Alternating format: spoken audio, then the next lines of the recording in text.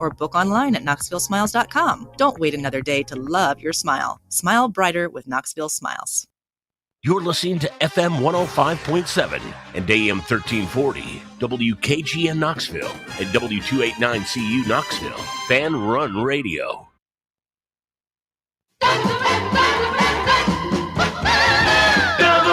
WKGN 1340, go Vols!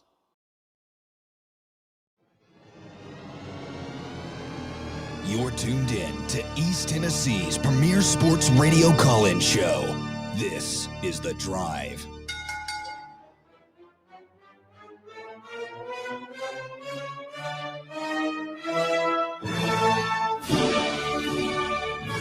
Welcome, welcome, welcome. It's not your typical salutation that you get from Russell Smith. It's because he's a little under the weather today. But we're here, and we're happy about it. And we're cold. Yeah, we are cold. I love this weather, boys. I kind of do, too, to be honest. At this time of year, I'm okay with it till we get through Christmas. I thought the end of the world was nigh on the way over here. Yeah. It's like to my right, it was sunny and kind of pretty. To my left, it was gray. And then straight ahead coming down the interstate, Bob, there was like fog and snow. Yeah, I ran a few errands a little earlier, and man, I walked outside and I thought it was like, Ice Station Zebra for a minute or something. I mean, that was blowing. This time last week, it was 74. Oh, yeah. Unreal. Welcome to beautiful East Tennessee. Yes, welcome to winter. We are coming to you live from the White Claw Hard Seltzer Studios of Fox Sports Knoxville, Fan Run Radio. It is The Drive. Again, I'm Bob Baskerville, pinch hitting for Russell today. Hope Russell feels a little better. Got a little sore throat. Some of the symptoms everybody's been kind of facing here lately. Mm-hmm. It's been rough around Knoxville for like 2 weeks now. People are getting sick left and right. Exactly. I'm dodging the bullet so far, knock on wood, but I'm here with Bear, Trusty Bear. He's here. Always. And Walker Smith. I'm Lou Gehrig of this station, to be honest. I wouldn't disagree with that. I mean, I didn't take a vacation really till this year. You went to Los Angeles this year. Twice. Wow. Once during football season. Yeah, But before that, yeah. I had a little day off Friday. Yeah. Did you have a good weekend? It was great. Yeah, I went. It was a trip that had been planned for a while. And honestly, when it got to the point where it was time to do it, I was kind of like, okay, got to drive up to Indiana. I think I mentioned it last week. Got a buddy who's a D3 head football coach, and his school was having their last home game for the season. And I thought, a bunch of my friends I grew up with, we were like, let's go check the guy out, rep the team. And so we went, and it was great. The weather up there was nice on Saturday, and then just went to hell yesterday. I got out of town just in time. Little community right outside of Indianapolis, Franklin, Indiana. Franklin College. Never set foot in Indiana. Really? Yeah, no. It's very flat. I don't think I have either. It's very flat. Very flat. The prettiest part of the state is where the number 2 team in the country in college football resides, Bloomington. I've heard it's beautiful. Yeah. One of the best campuses. You got to tell everyone about the football game you went to, though. Yes. Because it's a legendary game. Yeah, it's very different. I sent a couple of videos, like, D3, a sellout crowd there was like maybe 4,000 people. It's kind of charming, though. I don't know if I'd want to do it every single week, but it was kind of fun, and was out there on the field before the game, not during the game, of course. But these kids, man, they dress like 100 players, and I mean, it's wild. But the game itself, Bear, the final score of this game, 59-57 in triple overtime. It's not a whole lot of defense. No defense. That's what I said optional. at the end of the game. I came down on the field and we saw our buddy Mike, the coach, and that's the first thing I said. I was like, "Where the hell's your defense, man?" He had a laugh, and we talked about it. And I said this to Walker too. So obviously, you could tell by the score, not a lot of running in this game. The team that won was Franklin, so the good guys won. They maybe ran 10 designed plays like where a running back got the ball. That was it. I mean, it was just air raid left and right. It was crazy.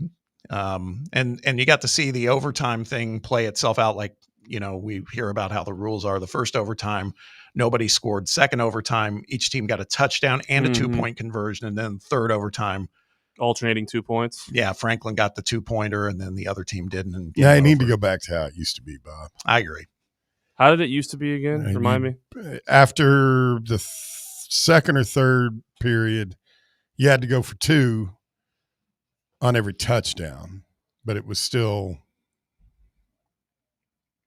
you were still starting off with 25. It wasn't how it is now. And we had some marathon ones. Tennessee was involved in what was that Arkansas game, Bob? Was that 6? 6. Sheesh. That was Witten, right? Witten was one. Witten and Clausen. Yeah. Clausen played most of it with a broken or cracked collarbone. I think wasn't that the deal on that one? Mm-hmm. I think the most recent, longest, really long marathon one was Georgia Tech last year.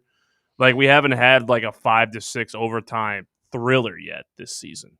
Yeah. That one was awesome. I always thought that overtime, if it would really make sense, start it from the 40 instead of the 25, so the field goal isn't automatic. That would hustle it up a little bit. But other than that, it's great overtime. Overtime is always thrilling in college football. I agree. Well, they had the one. Who was was it 7 or 8? It was just within the past couple of years. There was LSU A&M a couple of years ago. Yes. That was 7 or 8. That was the one where Orgeron was sprinting down the sidelines. That one. Yeah, I don't know. I think it was. I understand the safety part of it, but I guess in a violent sport, whatever it is, it's better than ties. I used to hate ties. Ties in football are not fun. I hate them in the NFL too. You have no idea, man. You didn't grow up in the era of college football ties. I never saw one. When did they stop that rule? I don't even remember it. Early 90s? Yeah, so it was before I was born. Yeah, late 80s? Remember Pat Dye settled for a tie in a bowl game. Mm-hmm. That's pretty funny. In a bowl game. We tied Auburn multiple times we tied them.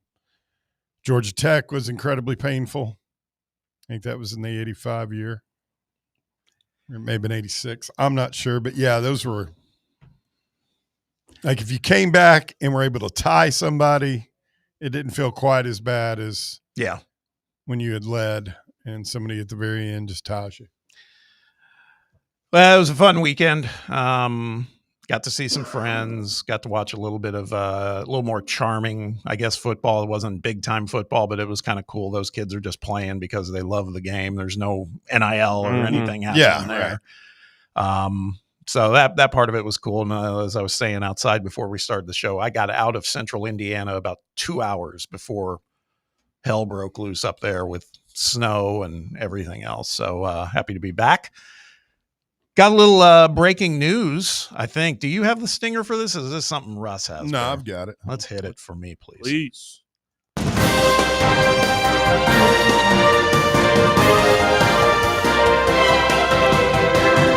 kind of a powerful feeling. It's nice to have that. Good. Yeah. This is not a big shocker. It just sounds like it's been made, it's been formalized, and that is former Vol commit Legend Bay has flipped to Ohio State. Did he really? Per Hayes Fawcett at Rivals on 3, Hayes has said that he heard that from Legend. So we know that Josh and the gang were working towards the end of last week trying to maybe salvage that.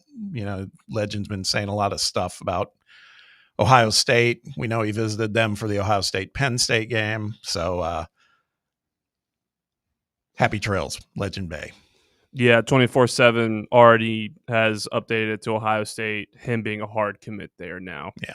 Well, it's just like, you hate to lose a quarterback prospect, but, I mean, is it the worst to lose a freshman quarterback prospect when we already have one coming in next year, and it's a transfer sport now? Yeah, and then there was also chatter that he was maybe going to get conditioned or groomed to play wide receiver, and if that's the case, we got a lot of wide receivers too, presumably. So there you have it. So that was a breaking.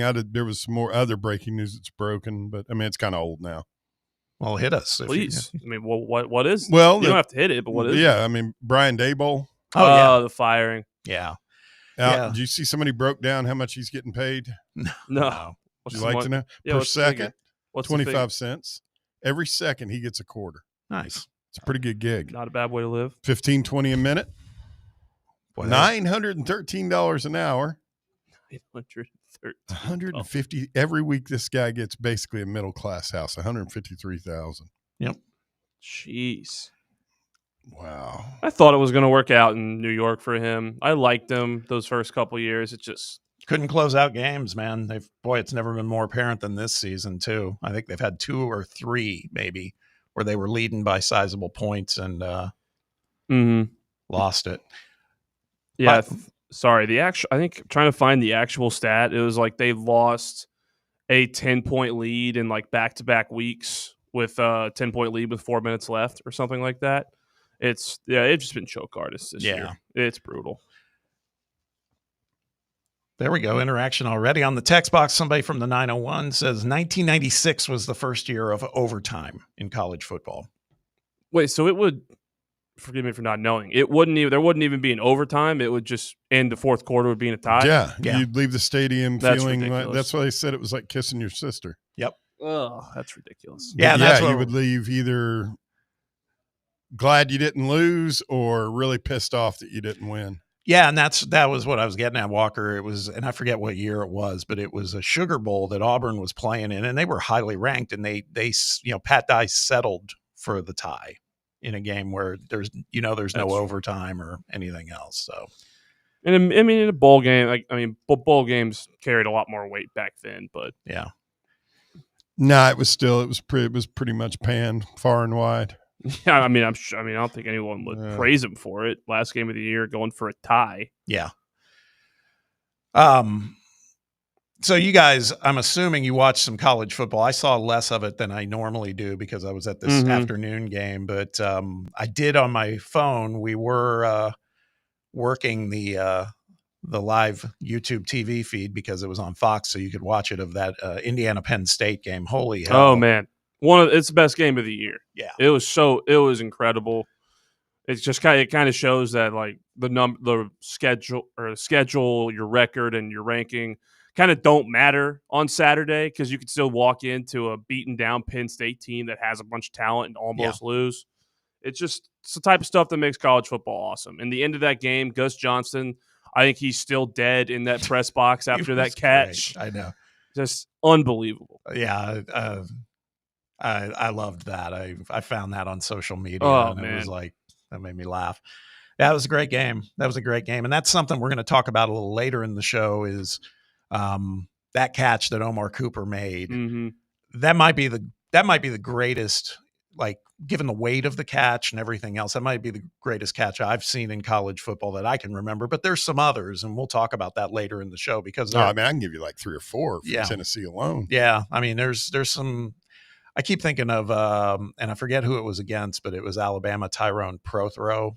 Do you remember that one? Oh, Prothrow with the guy who he never came back from it. Yeah, exactly. When he got his leg snapped. Yeah. Yeah. Yeah. But that was bad. But yeah, it's that catch was spectacular, and we're seeing a lot of imposters or what you would call them posers in the ACC. Man, it's sad that they get an automatic bid. Just a bad conference. Yeah, it's just a bad conference. Louisville goes down. Virginia goes down. I mean, I think they're only going to get one. I think only the champions making it in. So I think you're right. We got a good show today. It's Overreaction Monday, but there's no Vols football game to overreact to, but you still may have some thoughts on things. And it was a busy weekend, right? The basketball team played and Vols played. There is it's kind of an anomaly. A lot of times when we're sitting here, we get a lot more calls. Yeah. Do with that what you will. Yeah. But we'll see if it still holds true to form. Yeah. But usually the lines light up when the captain's out. Well, we'll see. That's not a problem. The phone lines are open, by the way. Area code 865-966-3435. 966-3435. You can also text us at that number. Text box is open as well. And you can chat with us, do the live chat on Fan Run TV over on YouTube. That's our channel there.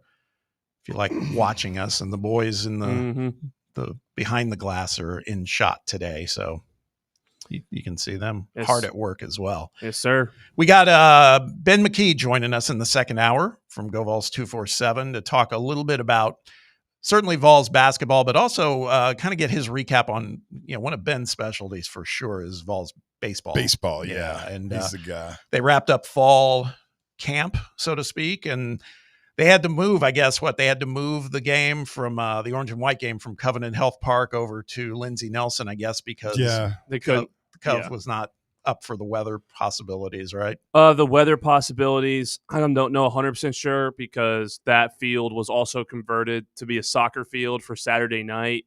And I guess with the rain, it was just been too tough of a turnaround to take up all the sod and move it around. But I mean, I'm sure it was still an awesome scene at Lindsey Nelson too. Yeah. Yeah, but nobody was allowed in. It was closed to the public. So the Orange won 5-0. But yeah, I'm really interested to get his thoughts and see what he thinks, post. Yeah. Post Vitale. This is his first time on with the Drive. Yeah, it's a good one. Ben's a great guest, and heck of a guy. And Ben's also happy for him. He's fighting the good fight very strong with the big C, and we're very, very happy for him that we get to talk to him, and he's back at it. So that's awesome. Absolutely.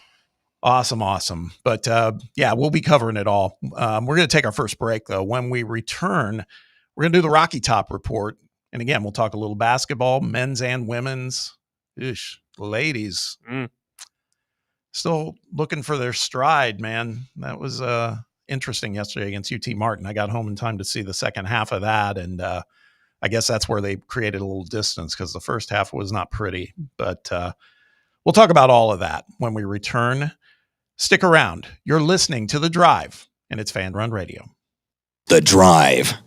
Can't get enough Fan Run Radio? Download the free Fan Run app and take the best Tennessee sports conversations with you wherever you go.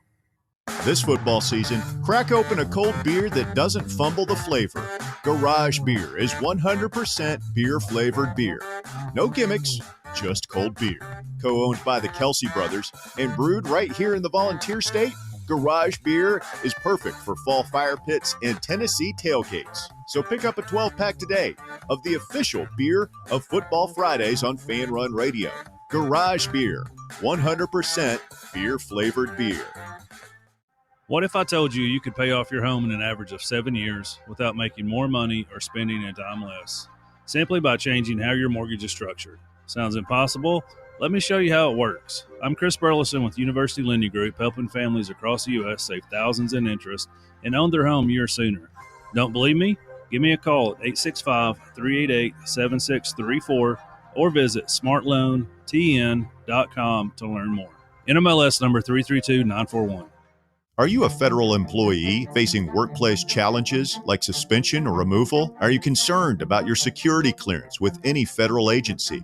You know the Griffin Law Firm is your trusted ally in military legal matters. But did you know they also specialize in civilian federal employment law? If you're a federal employee facing workplace challenges like suspension or removal, if you're concerned about your security clearance with any federal agency, the DOE, FBI, FCC, or DOD, you might not know it, but you do have legal recourse. The Griffin Law Firm specializes in federal employment law, military law, and security defense law. VFL Marshall Griffin and his experienced team are ready to make your problem their problem, no matter which federal agency you work for. Don't face federal employment issues alone. Remember, remain silent, request counsel, call Griffin Law, 888-707-4282, online at griffinlawdefense.com.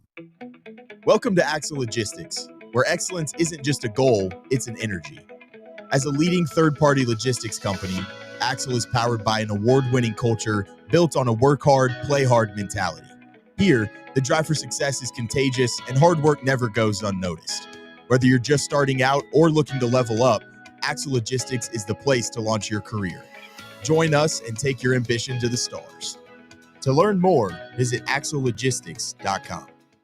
Got a flat tire? Strange noise under the hood? Don't stress. Roll into Matlock Tire and Auto Service. From oil changes and brake repairs to brand new tires, Matlock's certified techs do it all. Fast, friendly, and fair priced, Matlock is the home of the price match guarantee. Bring in any competitor's ad, and Matlock will match the exact same tire for the exact same price. Matlock Tire and Auto Service, 5 locations in East Tennessee. Visit MatlockTireService.com to find the location nearest you and schedule your appointment.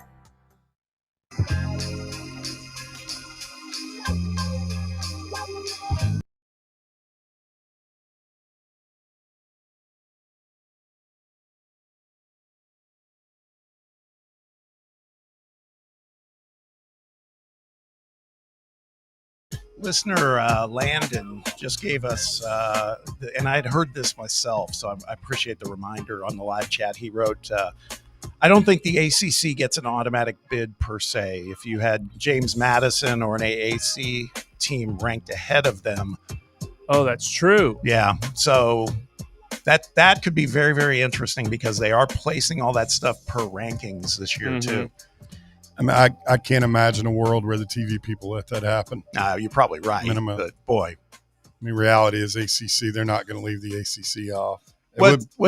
I'm sorry. What were you going to say, Bear? I was just going to say. I mean, it'll be interesting. It would be interesting to see what would go down in that situation. Maybe I'm just being too jaded. I mean, you worked in TV for a long, long time. Am I far off on that? Like the suits? Yeah, I mean, let me tell you for sure, like hypothetically, this isn't going to happen, but like, what if North Carolina finished like 9-3 with Bill Belichick or something? Then that that would change the narrative entirely. But this is something else I want to talk about later in this hour is there a possibility? We've been saying all along, there's no way a 3-loss team gets into the college football playoffs, but I'm beginning to wonder what could happen out of the ACC. And that does become a dilemma, I think, for the selection committee at that point, because if that happens at the expense of some 2-loss teams, like out of the SEC, that's going to be a problem, man. That's going to be a big problem. The other one I'll be interested to see is what if Notre Dame loses to Pitt this weekend? They have 3 losses. I mean, do you see that happening? I don't know. Notre Dame's really good. They are very good, and Pitt's good. It's on the road, but yeah, I would assume Notre Dame's going to win. But it's in South Bend. Oh, it is in South Bend? I thought it was. Oh no, that's what I'm asking. I thought it was at Pitt. I'll get that for you in just a second. Regardless, it's going to be it's going to be I would imagine. Yeah, and the other thing I was going to say is, again, all this stuff's going to do is just speed the plow for a 16 team field for the playoffs. Do you think we need 16? I'd be fine with it. I don't want anything bigger, but yeah, I'd be okay with 16. I don't know if we need it. It's Division II's been doing 16 forever, right? Right. Yeah, that game against Pitt is at Pitt. Yeah. So that's actually big. Pitt is ranked coming into this week too. Yeah. 24th. They play. I think they play in the Steelers stadium. Yeah, they do. So that's where we played. Yeah. 22. So, well, a lot of things happened. No football this weekend, but there was definitely activity going on across Rocky Top, which is a good way to segue into the Rocky Top report, brought to you by Bo Kregner.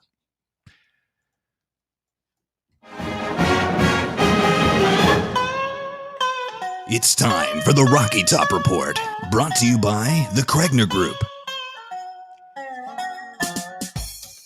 Talk a little Tennessee football. Again, they did not play, but not a bad deal when you don't play and you move up in the polls. We'll take that every day of the week. Yep. Tennessee football, the Vols move up in the coaches poll up to number 20. And in the AP poll, they move up to number 21. Mm-hmm. Still, playoffs seem to be a distant memory. I know mathematically something could still happen, but boy, that seems very, very, very unlikely. Also, the Vols will be debuting those newest Smoky Grays this Saturday against New Mexico State. The Volunteer Spirit Unit will be broken out in commemoration of Saturday's Salute to Service game versus the Aggies. I forget about these uniforms. I remember they announced them before the season, and then there was kind of a visceral reaction to them. Some people liked them, some people didn't.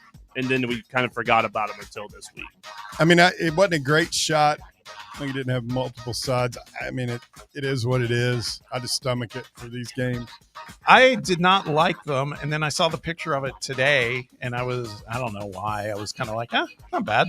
No, they're not the worst gray uniforms we've had under Nike. Yeah. For sure. I don't hate them. Okay, so that's what's going on in football. We know New Mexico State's coming this weekend. We'll talk about them as the week goes on, but that's not going to shouldn't be too much suspense in that game. There better not be. Tennessee men's basketball. The Vols looked a little sharper than their opener against Mercer with a 95-56 win over Northern Kentucky. Tennessee shoots 52% from the field, 41% from three-point range, which is noteworthy. That's good. Dominated the glass, 47-25. We were significantly big. I was watching that over in the replay in the production room with Sam and John, and what stood out to me, we were a lot bigger than that team. Yeah, that's how we're going to look against a lot of teams. I feel like so, like maybe Florida. Like we're huge. Yeah. Big games from Nate Ament. Mm-hmm. Named the SEC Freshman of the Week. Yes, 23 points, 8 boards, 5 assists. Jacoby Gillespie, 20 points, 3 rebounds, 4 assists. Nice dunk. Wasn't a breakaway either. He did it in a little bit of traffic. Oh, yeah. It was nasty. Yeah. The one thing that I found kind of funny as I was also watching some of the highlight reel with Mike Keith and Lofton doing the call. And, of course, it was edited together, but almost every single basket. And we got to keep in mind, give a little dispensation to Chris, but he's still kind of getting his sea legs doing this. Every single basket, the response was, yes, sir. Every single one. From Chris, and then Keith would do it. So you'd hear Chris go, yes, sir. And then you'd hear Keith go, yes, sir. And it was, again, boy, it was edited together. It felt like, okay, is that all you guys say after every bucket? Yes, sir. Yes, sir. Yeah, Yes, sir. It was crazy. Very promising 20 minutes from JP Estrella. Now we're starting to see, he looks good. Yeah. 17 points, 11 boards, 3 assists. He's also, we've seen it just a couple of times in these games, including the exhibition. He gets one of these, clearly he and Cade Phillips have kind of mastered this, yin and yang of a 2-man game. He caught Cade cutting down the middle again with a nice touch pass. Cade slams it. Really excited about JP. Sorry. The thing about him is hopefully he can stay healthy, because what's jumped out at me about him is he appears to be the alpha. Yeah. And looking to him for a lot of team leadership to step up after losing, Zakai, Gainey, and all the guys that we've lost last year and the year before. Yeah. So hopefully he will be one of the main players to kind of keep the Tennessee, everything going that's been built up. Culture guy. Yeah. Mm-hmm. Huge culture guy. Yeah, and just looking at the numbers, the 3-point field goal percentage you highlighted, just at the Northern Kentucky game by itself. Nate Ament hit 2 of 4. Jacoby Gillespie took 10 threes in that game, was 4 of 10. Bishop Boswell, who got the start against Northern Kentucky in a notable lineup change, went 2 for 3 from beyond the arc. And then on the bench, Berg went 2 for 2. Troy Henderson, not great, went 1 for 6, and Clarence Basamba went 1 for 1. Yeah. Boswell, by the way, I'm changing my tune on him a little bit. We just have to accept that, like that game he had against, Northern Kentucky, 6 points, 5 boards, 2 assists, couple threes, like you said, Walker. If he does that and plays lockdown defense, which is why he's really in there, then I can tolerate that. I think and you can tell Barnes favors him. He got 22 minutes again in this game. So we got to get used to Bishop Boswell, but I feel better about him than I did that first exhibition. What did he end up with? How many points? Yeah, 6 points, 5 rebounds, 2 assists, and a steal. 2 for 3. 2 for 3 for 3. All of his shots were 3-point attempts, actually. Need to get him. He'll just be like the same deal with Jamaj. You hope to get at least like 8-10 points a night. Yeah. Would be perfect. Mm-hmm. Yep. And that way you could just, he's not a liability at that point on offense. Also, something notable considering he did start those first couple games. Amari Abram only played 10 minutes and didn't make a shot. Yeah, Carey. For 3. I think Carey only played 10 minutes too. Yeah, he played 10. Dwayne Brown II had 2 more minutes than Carey did. Both Berg and Henderson had more minutes than Amari Abram did. It's that 2 spot. Like, I would be surprised if someone plays more than 25 minutes a game this first month in that spot. I just keep thinking about what Russ has said, and I'm not disputing it. I think it's a fair point. He's concerned about the 2 guard and the shooting, and again, it was Northern Kentucky, so we'll qualify it a little bit. But if they can shoot in upwards of 38 to 40% from 3, we'll be fine. Yeah, then we're going to be okay. Especially with our front court. Yep, definitely. Next up is North Florida at Thompson Bowling Arena Food City Center on Wednesday night. And the one thing I'll say to put a bow on this, and then we'll jump to the phone lines, even with the wins, Tennessee dropped 2 spots to 20th in the latest AP poll, and they dropped 1 spot to 18th in the USA Today poll. Now, to put in perspective, I think some of it, you look at these preseason polls, there's a lot of movement. Florida, after losing to Arizona, they dropped 7 spots to number 10. Arkansas dropped 7 spots as well when they lost to Michigan State to 21. So it's all relative. There's just a lot of movement right now. And I just assume by January, February that this team will be in the – maybe I shouldn't assume that, but I expect them to be in the top 10 solidly. Yeah. By the time we get into the heart of conference play and we're setting up for so I don't pay as much attention to the early season ones. I don't get wound out about it until it gets closer when we really start talking bracketology. Right. Yeah. And if you're looking for a target date when we're kind of going to find out what this team is, it's Feast Week. Yeah. When we have, I believe it's 2 weeks from today, actually, if today's the 10th and this game is the 24th, Rutgers. Yep. Then back-to-back, we play the best team in the country right now in Houston. Yep. We have that. That game against Houston is going to be the measuring stick. They still have a better roster than us, but it's that stretch. And then we have that neutral site game against Illinois, the game against Louisville. It's weird because our schedule is like 5 straight cupcakes in a row. And then we have this stretch right before conference play. That's really tough. Yeah. Yeah. And Houston, you said it. Houston's the new number 1 on the AP poll in the country. So, we'll find out. 2 short weeks. We've got a couple of those bye games left. Like I mentioned, North Florida, Rice, and then I forget the 5th Tennessee one. State. Tennessee State. So we'll get those out of the way. Rutgers should be a win, and then we're really going to learn about what this team's got in them. So that's the Rocky Top Report, brought to you by the Kriegner Group. Buying and selling a home has become one of the most stressful situations that modern American life has to offer. It's a weird world out there right now. Luckily for you, Bo Kriegner and the Kriegner Group can take that stress off your shoulders and make the modern real estate experience as easy as possible. It's this simple. Get it listed, get it sold, and move on. Call Bo today at 865-742-1035 for a free consultation. You can also go online to BoKnowsHouses.com. That's BoKnowsHouses.com. Bo Kriegner and the Kriegner Group. Real estate the right way. Let's jump over to the phone lines. Got a caller waiting. Tim's on the line. Tim, welcome to the drive. What's up? Hey, helping prove Bears theory when the boss is away. More calls. Yeah, I appreciate that. I appreciate that. I think it was the SEC championship game that started the overtime. That was Roy Kramer. I think he's the one that got it instituted so we could have that championship game. Otherwise, what are you going to do? So I think the SEC for that, if I'm not wrong. That's interesting. Where can we catch the game Saturday? It's at 4:15, right? Is that on ESPN Plus, or do you guys know which game? Oh, New Mexico State. I'll get that for you in just a second. I would bet it's. I have not looked, but I bet it's an ESPN or SEC Plus. I can't imagine they'd have that game on. Speaking of national that, television. I really appreciate the networks, announcing today that the Florida game is basically one of 3 time slots, which we already knew was to be the case back in June. Here we are less than 2 weeks away. It's like, can you give us the information, man? Seriously. It's either going to be 3:30, 7 p.m. or 7:30. Mm-hmm. What could they possibly be waiting on? I don't know. Who knows? It's annoying.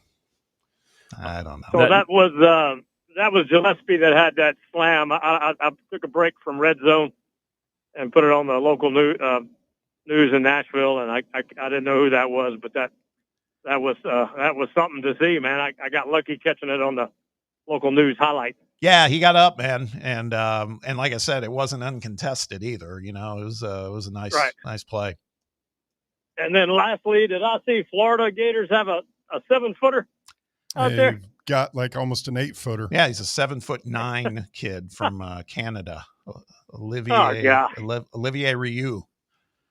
Okay. Yeah. Oh, man. Just to add to what all those guys like Hauk is 6'10", Handlockton's nearly 7 foot, Condon's nearly 7 foot. They're ridiculous up front. Well, all right. Well, appreciate you guys, and good luck with having more callers today. Yeah. From the first of many. Hey, Tim, thanks, man. Appreciate the call. Jumping back to basketball for a second. We talked about the men's. Let's just talk for a second about the Lady Vol crew, Kim's crew. They were sluggish yesterday. They beat UT Martin 72-61. Kind of a cool environment, sold out crowd over at UT Martin, and it was called the Pat Summit Heritage Classic.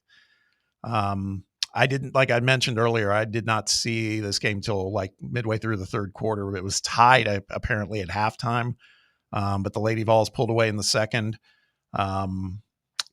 I'll tell you a player I am getting very intrigued by, and with the dismissal of Ruby Whitehorn, they're going to need her, is Jada Seville, the freshman. Mm-hmm. She is a player, man. She played 27 minutes in this game. Yeah. Had the second most points. Our leading scorer was Nia Robertson off the bench. Yeah, Seville had, and just great energy on defense. I mean, it's nice. I didn't see all of this, but Talasia Cooper only scored 7 points, only played 17 minutes, and then I scroll across the box score. She had 4 turnovers. Kim was not happy with the performance of this team in this game. She gave a hats off to the environment at UT Martin, thought UT Martin played a good game.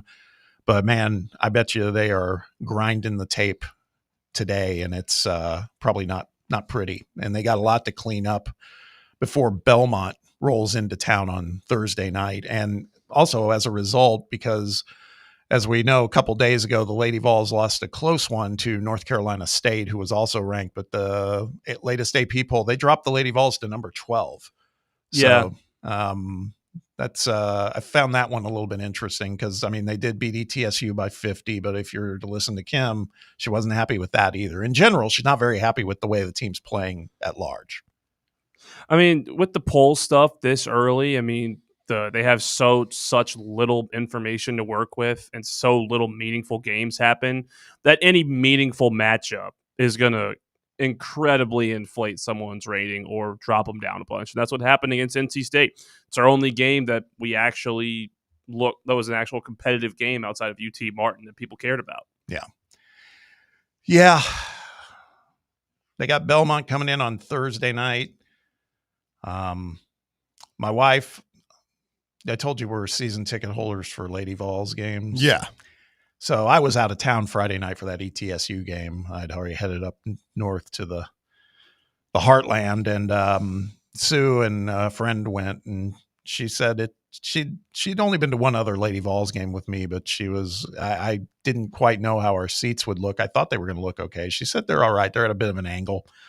So you guys in like one of the corners in the basket. Yeah, it's like 125. Yeah. So we're kind of opposite the Tennessee bench, but I guess I'll find out Thursday night because I'll go check it out. But yeah, I'm just going through some of these numbers on the Tennessee Vols game. Your girl Maya Paldo didn't play great. Yeah, had played 26 minutes, was 2 for 6, but I don't know how much of a scorer she's going to be.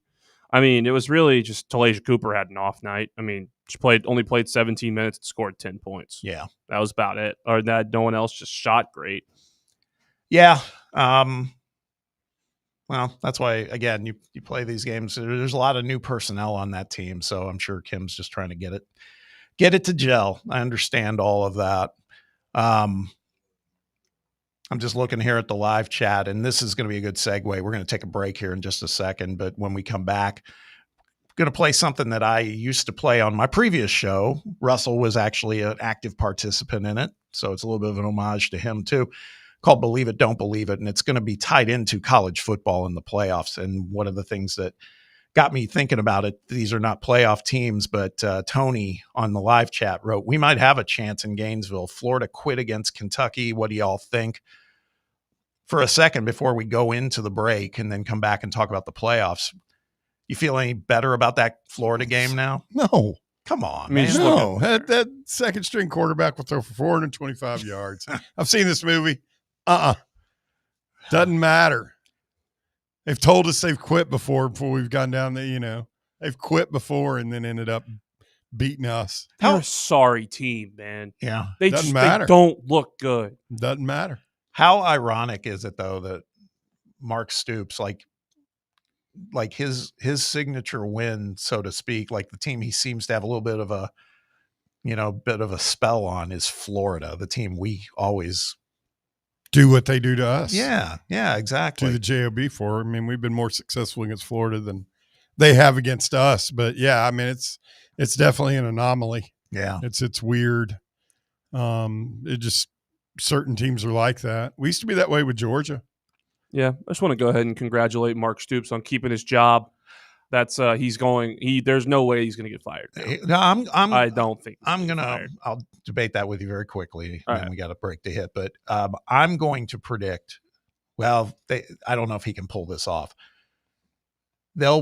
Tennessee Tech's a good FCS team. They play them next week. Okay, if they win that game, then all of a sudden they're 5-5. Playing for a bowl game. Yeah, they got Vandy and Louisville left. And if they could somehow win one of those games and end up 6-6, go to a bowl game, I bet Stoops steps down because then Steps down. Yeah. Well, I mean, he'd work out a deal is my point. He'd get his payout, but I'm just saying that then it's kind of an all's well that ends well. He'll get his buyout or a version of it, and he'll just move on. But that's a lot. There's a lot to do there. I don't know if they can beat either one of Vandy or Louisville. So we'll see. But again, good segue into the next segment. When we return, we'll talk about a little believe it, don't believe it, tied to the college football playoffs. Doesn't involve our team probably, but I think it's one that's worth discussing. We'll do it right after this. Stick around. It's under review. Under review.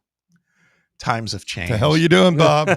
I just, I can't help it, man. It's under review today. Yeah, I'm under review now. No, you're listening to The Drive, and it's Fan Run Radio. The Drive. Big Orange Country's home for sports. This is Fan Run Radio. The following radio theater is brought to you by Men's Pro Knoxville. Hey, Dad, you want to play football? No, buddy. All right. Pops, want to work out? Maybe later. Hey, kids are in bed. What you up to? Tomorrow? You've got one life, and it's too short for not nows, maybe laters, and tomorrows. If you have ED and performance issues, your family, friends, and even your career has already been affected. Book your discreet evaluation at Men's Pro Knoxville and turn your tomorrows into today. Yes! Touchdown! Come on, one more, Dad. Today! Push, Dad. One more. Come on, push. Hey, kids are in bed. What you up to? Tonight. Call 865-544-8220 or book now in under 30 seconds at menspronknoxville.com. Men's Pro Knoxville, for every man in every season of life. Yee-haw! I've been hooting and hollering ever since I started betting with the VIP Play app. VIP Play has more than 200 leagues, every bet type you can imagine, live betting and live hosts, all with 24/7 support from real live people when you need them. Start betting better with the VIP Play app today. Don't be a better, be a better with VIP Play today. Download VIP Play today or head to VIPPlayApp.com. Make sure you use the promo code FANRUN to take advantage of their welcome bonus and so they know that we sent you. Gambling problem? Call 1-800-8899-789. Must be 21 or older and located in Tennessee to bet. Vol fans, reimagine your home at Broadway Carpets and Flooring for any remodeling or building needs. With a variety of carpets, rugs, hardwood, vinyl, and stone, Broadway has all the flooring and installation options you're looking for, including pet-resistant products like Pet Perfect Carpet from Shaw Floors. Visit their showroom in downtown Knoxville or the location in West Knoxville located on Kingston Pike near Pellissippi Parkway today. Your smile says it all, so make sure it's saying the right thing. At Knoxville Smiles, we believe healthy teeth mean happy lives. Now through the end of the year, we're offering half-price whitening with a cleaning. That's right, half-price whitening with a routine teeth cleaning at Knoxville Smiles. Call today to set up your appointment. 865-539-1776. That's 865-539-1776. Or book online at knoxvillesmiles.com. Don't wait another day to love your smile. Smile brighter with Knoxville Smiles. Got a problem tree looming over your home? Call ECR Total Landscapes. Whether it's trimming, removal, or storm cleanup, our certified pros get the job done safely and efficiently. We're licensed, insured, and ready 24/7 for emergency calls.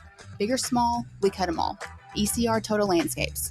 Call now for a free estimate, 865-384-2012, and mention promo code FANRUN for free stump grinding on any tree removal now through the end of the year. Also, visit us at ecrtotallandscapes.com.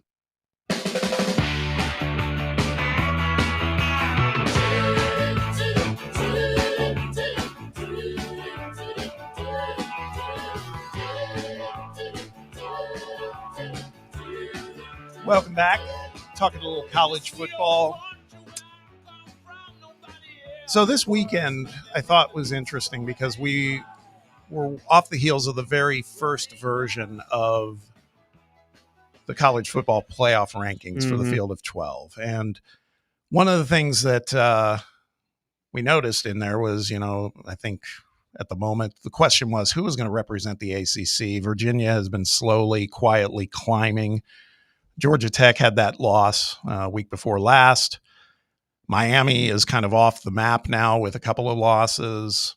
Got Louisville out there floating around. And the question is really who is going to suck less in the ACC to claim that spot? And can they claim that spot? Well, Virginia goes and they lose to Wake Forest in just a dud of a game. Yeah, that's not a very good Wake Forest team, is it? No, not really. I mean, well, they have a winning record, but yeah, I mean, first year coach and new system, everything else. So somehow Duke was in the conversation for the ACC title, but they lost to UConn. So, I mean, it's not a conference loss, but it's a loss. And I think that might've been their third loss too. So, so there's just a lot going on there. And it led me to think about what's going on because there's certainly this echelon of halves at the very tip top of the rankings, right? It's obviously a usual suspect of Ohio State and Alabama, but then you got Texas A&M and Indiana who are kind of newer to being in that top four conversation. You got Georgia up there as well. And the question becomes for me, and I've been saying this before, I'd been very vocal about, and now, I cared a lot less once Tennessee lost that game to Oklahoma. But I've been very vocal about there's no way a three-loss team could get into the field of 12. But now I'm not so sure. And it falls back to what we were talking about a little earlier in the show of, there technically an ACC team could not qualify for the field of 12. Yeah. But will a selection committee actually abide by that and let that happen? And my other point in all of this, when I say it's kind of like a believe it, don't believe it scenario is there's the prospect, and I want to get your guys' take if you believe this or not, that a 3-loss team, if it's the right team, could get into the field at the expense of maybe a good 2-loss team. And one of those would probably come out of the SEC or maybe even the Big Ten, because right now I think at the moment, I think USC still only has 2 losses. I mean, who's the highest ranked potential 3-loss team? Us? Yeah, well, the current 3-loss team, we're the highest ranked. There's nobody else with 3 losses. Yeah. I don't see it happening right now. I wonder when it's going to shift as far as you don't look at wins and losses so much with the NFL playoffs. And I think that's what we're heading towards, whether we like it or not. Yeah. I mean, we're well down the road towards being a quasi-professional football anyhow.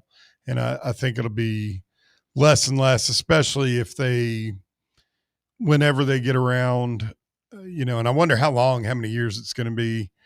They're going to get these teams separated out in divisions, I think a lot like the NFL, just to save money on the travel costs. Yeah.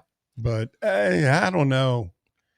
I think right now in today's environment, I would be stunned if a 3-loss team made it in over a 2-loss team simply because everybody's so hung up on, 1 loss, 2 loss, 3 loss teams. Yeah, and something, if you're looking for some key points heading into tomorrow with these playoff rankings, one thing to look at, wonder how far they're going to drop BYU, losing at Texas Tech. Because if BYU doesn't drop that far, that kind of shows that the committee is giving them the benefit of the doubt and would keep them in as a 1-loss or 2-loss team. And then also where this group of 2-loss SEC teams go in Texas, Oklahoma, and Vanderbilt. You can throw USC and Miami in those groups as well, but those are that's kind of the cluster of teams that if one of them loses a game or someone else loses a game and gets in over them, who knows? Yeah, highest ranked 2-loss teams right now are at 9 and 10, and that's Notre Dame and Texas. Yes. Oh, God, it's hard to believe Texas is number 10. Yeah, but I mean, and that's 2 teams that if they finish the season with 2 losses, they will be in the playoffs. Yep, I agree. It's 2 huge. I mean, 2 of the biggest brands. Massive game for Oklahoma this weekend, right? Who do they have? At Alabama. Yeah, they ain't beating Alabama at Bama. I wouldn't think so. No. See the refs. Did you hear about the refs Saturday in the Alabama game? No. They were spectacular. I didn't watch much of that game against LSU. I saw Stoya, and who did we have on Oklahoma week? Oh, Bob Prisbillo. Yeah, a lot of the Oklahoma people on my Twitter feed are complaining about the fact that it's Greg McElroy, of course, on the call for that one. So of course, yeah. I don't know. I just so if you're Vanderbilt, you lose one more game. That's 3 losses. You're probably done if you're Vanderbilt. Same for probably Oklahoma too, I would say. Texas is an interesting one. Do you know who they have this week? You know who they have this week? Oh yeah, they're at Georgia. At Georgia. So if they lose that game, they have 3 losses. They're 2 losses. They're 2 bad losses at Ohio State, at Georgia, and what's their 3rd loss? I'm blanking at the moment. Florida. Was it? Yeah, Florida beat them, if I'm not mistaken. That's right. Yeah, and terrible loss. Yeah. If they lose Saturday, they're out. I really think you get 3 losses, you're out. That's kind of how I feel too. But it's such a wild field. I think Vanderbilt would have if it's log jammed.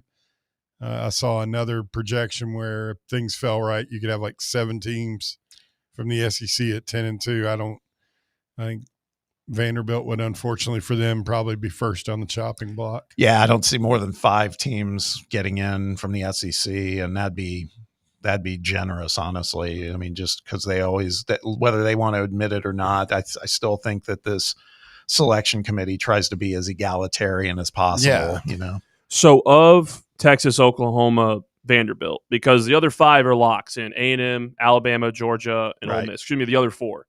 You think only one of those 3 teams is going to make it? Repeat them again. It's Texas, Oklahoma, and Vanderbilt are those 2-loss SEC teams sitting there. Everyone else behind them, we're the next closest one at 25. We're pretty much out of it. Well, yeah. Texas would probably have 3 losses. If they don't, it would be Oklahoma's going to probably lose at Alabama. That'd be 3. And Vanderbilt, their hardest game is us at our place. And they've also got to face a suddenly clicking and resurgent Wildcat team. I can't believe I'm saying that. Yeah, true. Here's the dilemma. Barry, you mentioned this a minute ago. I think if Notre Dame or Texas finishes 10 and 2, they're in. There's no doubt about it. If Texas loses to Georgia, but they beat Texas A&M at the end of the season and they finish 9 and 3, you might call me crazy here. I could see the prospect of them getting in ahead of a 10 and 2 Vanderbilt. I believe that. I do. I just think that. Well, no, I mean, I think in that case, it would be I don't think either one of them, I don't know. 10 and 2 Vanderbilt might get, that's so weird, hard for me to wrap my brain around. I can't believe that. I don't know, Bob. I don't know if they'd push it. I mean, you just said, how appearance is everything. Now, if they have 2 losses. Oh, I don't think they beat Vanderbilt head to head. That's the other thing I should have mentioned too. Texas did. Yeah. Yeah, but head to head sometimes doesn't matter until it does, and then it doesn't with the selection committee. So yeah, I'm rooting for chaos where all 3 of these teams have 3 losses. Let's see exactly what they do. Yeah. Like what's going to happen if and when Texas loses to Georgia this week. Oklahoma lose to Alabama this week, and hopefully we beat Vanderbilt in a couple weeks' time. What happens then? Do they leave all three of them out and push people up? That's going to be chaos. Yeah.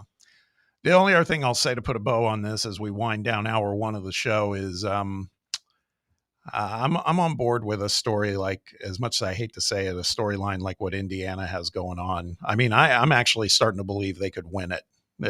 Ohio State might be the one thing standing in their way, and we'll find out likely in the Big Ten championship. But I'm telling you, man, they just find ways to win. They did it again against Penn State, and it's unreal. It's incredible, just given the fact that when he came and took that job, not even 2 years ago, they were the losingest Power 5 school in the last 100 years or whatever. I mean, how he's turned it around that quickly is, we've always said it takes time in college football. Apparently it doesn't. It just takes money and a good coach. That's it. And a good transfer quarterback. Yeah. Because Mendoza, if you had any questions about Mendoza, go watch that last drive and tell me you have any more of them, because he's incredible. As long as they do it and Texas A&M does it, I'm all in. I don't want to see the yell leaders in the Final Four. All right, that wraps up hour one of the show. When we return, we got the top 4 at 4 with Walker Smith, and Ben McKee will join us in hour 2. More of the drive after this. Stick around. It's Fan Run Radio.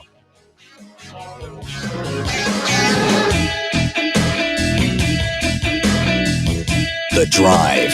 Hi, I'm Bo Kregner from the Kregner Group. Are you looking to buy or sell a home? Whether you're upgrading, downsizing, or just need a change, it's never been more important to have experienced, trustworthy representation in the real estate process. So if you have any real estate questions, I'd love the opportunity to earn your trust. Call me anytime for a free chat, 865-742-1035, or find me online at bonowshouses.com. The Kregner Group, real estate the right way. Hey, Vols fans, Cody Brown here.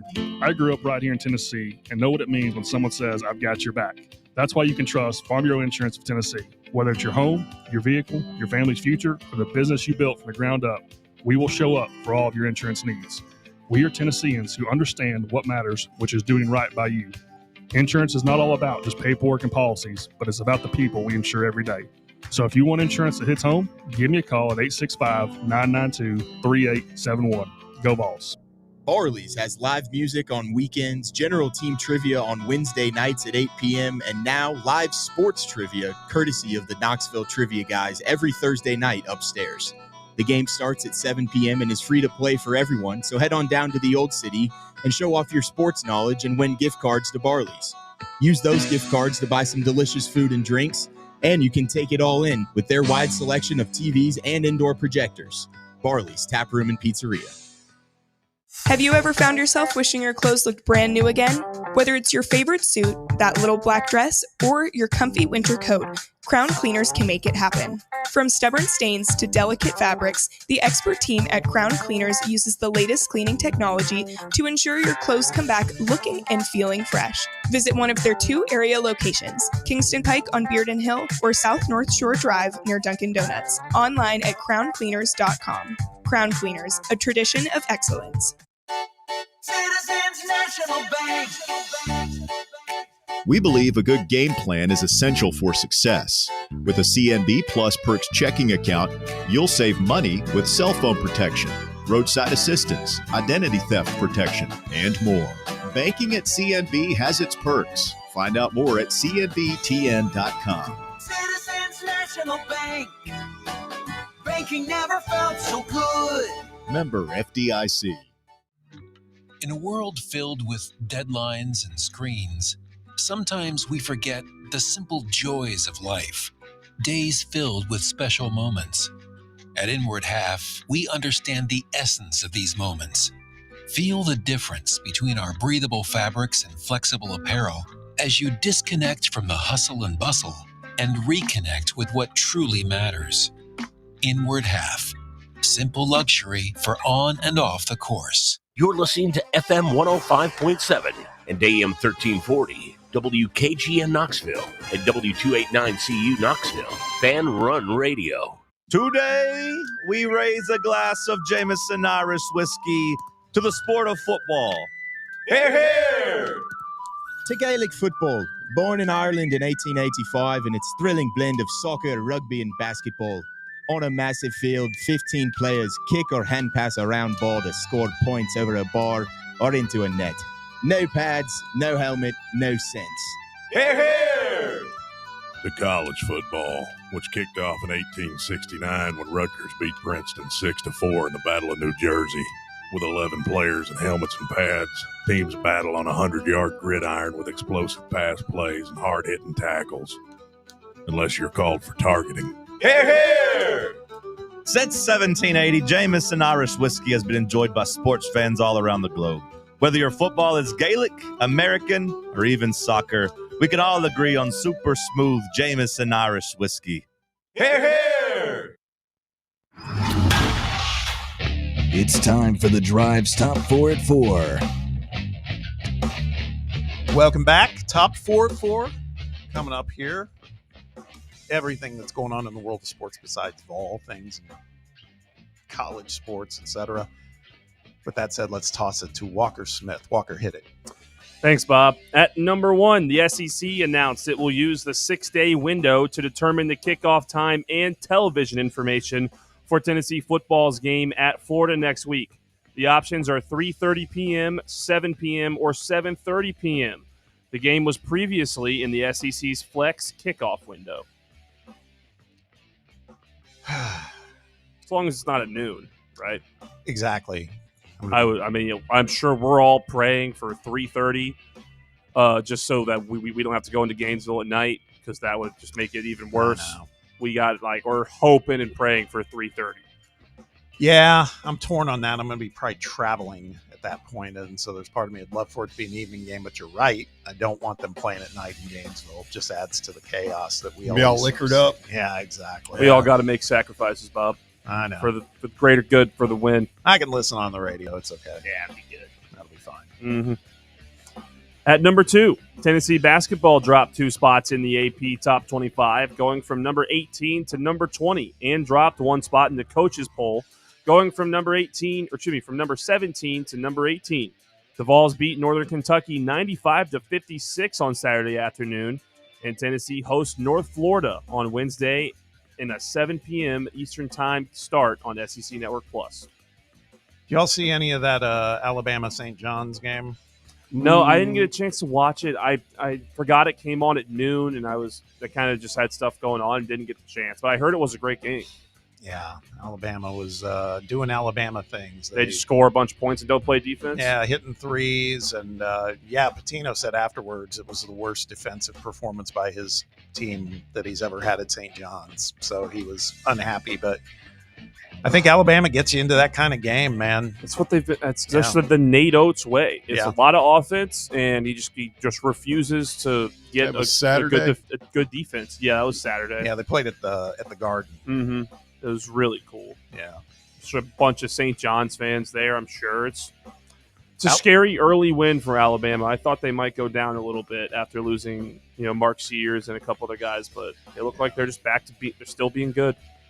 Yeah, they moved up 8 spots in the poll. I think up to number 5 or 6. So they got a lot of love for that win, and as they should. I mean, St. John's was a top 10 team. So. They were number 5. Yeah, it was 15 versus 5 going into that game. Yeah, there was another top 25 matchup later in the day that I'm forgetting about. That was also Arkansas, Michigan State. Yeah, that was another one. I love these early college basketball games. I wish more teams would schedule them in the first week. Yeah, would be awesome. At number 3, the New York Giants fired coach Brian Daboll on Monday after the team blew another double-digit lead on Sunday in Chicago. It was the second time this season the Giants lost after leading by at least 10 points with under 4 minutes remaining. Assistant head coach and offensive coordinator Mike Kafka will serve as the Giants' interim coach. Kafka was a finalist for multiple head coaching jobs over the past 2 years. Giants, of course, they're banged up now with Scatabo and Neighbors, but I mean, I don't think that's a bad job. It's a great job. There's some talent there. And I mean, Jackson Dart, if he can quit taking hits, I think he's been great at quarterback, but he's pretty reckless, man. He's getting donged on the head a lot. Yeah. Cam Scatabo is he's just contagious. Like you around him, you just want to run through a brick wall, and I guess that's what Dart does. Completely insane because he will be out of the league within a year or two if he doesn't. You're talking about Dart? Yeah, Jackson Dart. No, I agree. And it'd be a miracle if Scatterbo makes it back from, if you read what all he did to his leg, he'll be lucky to make it all the way back. But yeah, Dart, Cam Newton technically should probably still be playing, and once you get a reputation for doing that, you aren't getting the same flag that Mahomes, who else?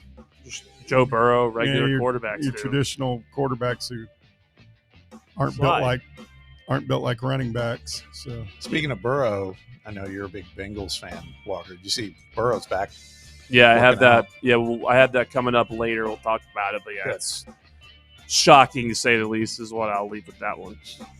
And at number 4, former LSU football coach Brian Kelly rejected 2 financial settlement offers from the university, and his attorneys have given LSU officials a Monday deadline to confirm in writing that they'll pay him the $54 million he's owed under the terms of the contract.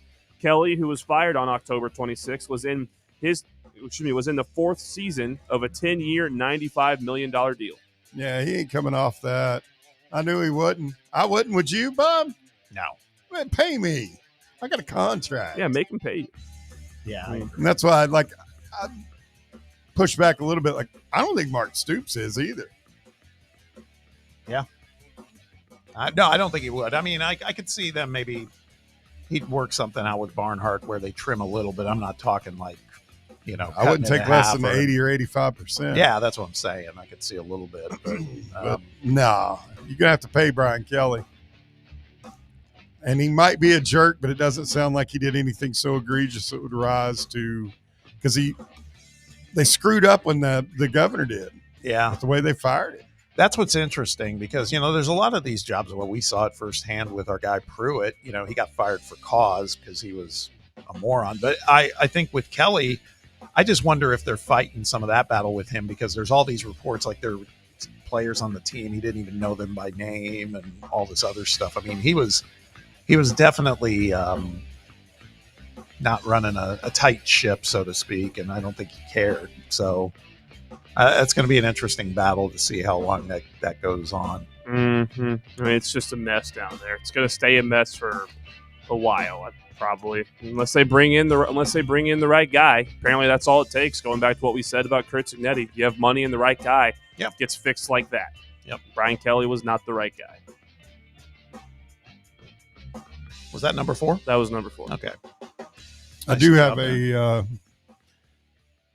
got a message on the text box. It says, Mike says that Alabama's better on defense this year than Walker realizes. And then he asked if you watched the game. What did I say about Alabama? Oh, you mean basketball? Yeah. Well, St. John's still scored 90 points. 96 points. It's not good defense. Yeah. There's no. You just said they're the number 4 team in the country, number 5 team. Say St. John's was. Yeah. Yeah. I mean, you still give up 96 points. It's not good defense. I have never heard anybody say that Alabama's a good defensive team. No. Bear. It's ridiculous. I'm saying this guy might have said it, but that'll be the first I've heard. Let's put it that way. Did you watch the game? No, we said it. I did. I watched it. It was early, and I missed it. Version of the game today. Yeah, I did do a little bit of looking at the scores. Just everything from looking at the box score just looked like Alabama is the same team, where they're really good, don't play great defense. Glad to know that you're a supporter of the Alabama Crimson Tide basketball team. I'm not. That's what it sounds like. Don't be like that, Walker. You're backing up your boy Nate Oates. It's good to know. Don't be like that, Walker. I'm glad to hear you're backing up Nate Oates' defense. Just because my team's still in the playoffs and yours is sitting at home trying to figure out which assistant coach you're going to raid off somebody else's staff. Don't get all mad at me, man. You talking about Tennessee still in the playoffs? What? I'm talking about Webb. That's what he's really upset about. Oh, I 1-9 Webb. Saying. Oh, yeah. Take it easy. It's basketball season. It is basketball season. I forgot what I was going to say now. Basketball school. Speaking of basketball, this was also in the text box. Goes back to that conversation we were talking about, the two guard and the outside shooting. Someone from the 270 writes, and he's adding Russ on this. So this was to address Russell's concerns. He wrote, "We simply aren't a shooter short. Last year, we averaged 56.3 field goal attempts per game.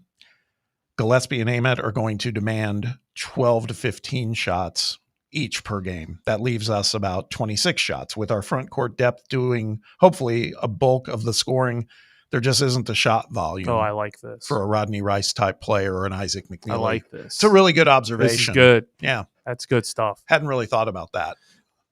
If you, Nate Ament, it's going to be 20 shots a game by the time we get to conference play. And Jacoby he took 10 threes in the game against Northern Kentucky. Yeah. It's going to be those two. I mean, that line that Ament had, by the way, was in 24 minutes. That's the least amount of time he's spent on the floor so far. That looked like kind of Nate Ament, freshman phenom that we've been wanting to see. Yeah. He's one of many, but this class is, like we've talked about, is crazy, but it's quite good. It's kind of funny. You say, like, this class, like any other time we'd get a 5-star, a lot more of the media would be talking about them. But there are just so many other good freshmen in the country. Oh, yeah. Nate Ament's flying under the radar. I mean, Drew Peterson at Kansas, DeBanza at BYU, the kid Koa Pete at Arizona. He's not flying under the radar. Comparatively to the other 5-stars, a little bit. Anytime I saw multiple graphics on multiple broad games this weekend, the standout freshman to watch this season, and Nate's was on every one right next to those guys. Oh, you're talking about Nate? Yeah. Yeah. No, I think that's fair. Yeah.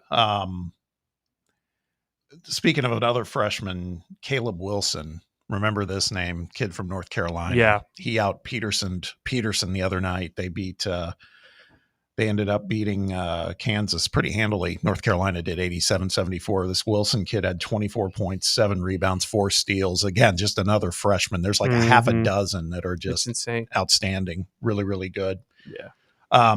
Somebody else on the text box hit us up with from the 423 saying, Josh Heupel should ask Indiana's coach for tips on 2-minute offense. Did you see that at the end of the Penn State game, the way Mendoza operated? Oh, yeah. That's a lot of people, Gus Johnson was saying it, but a lot of other pundits were like, that was kind of a Heisman-esque set of plays for Mendoza. So I don't know. We'll see. I haven't seen a quarterback look that good on a game-winning drive in college, and I can't remember. Like, it was automatic. Like, it was the best-looking final drive I've seen from a quarterback in forever, it feels like.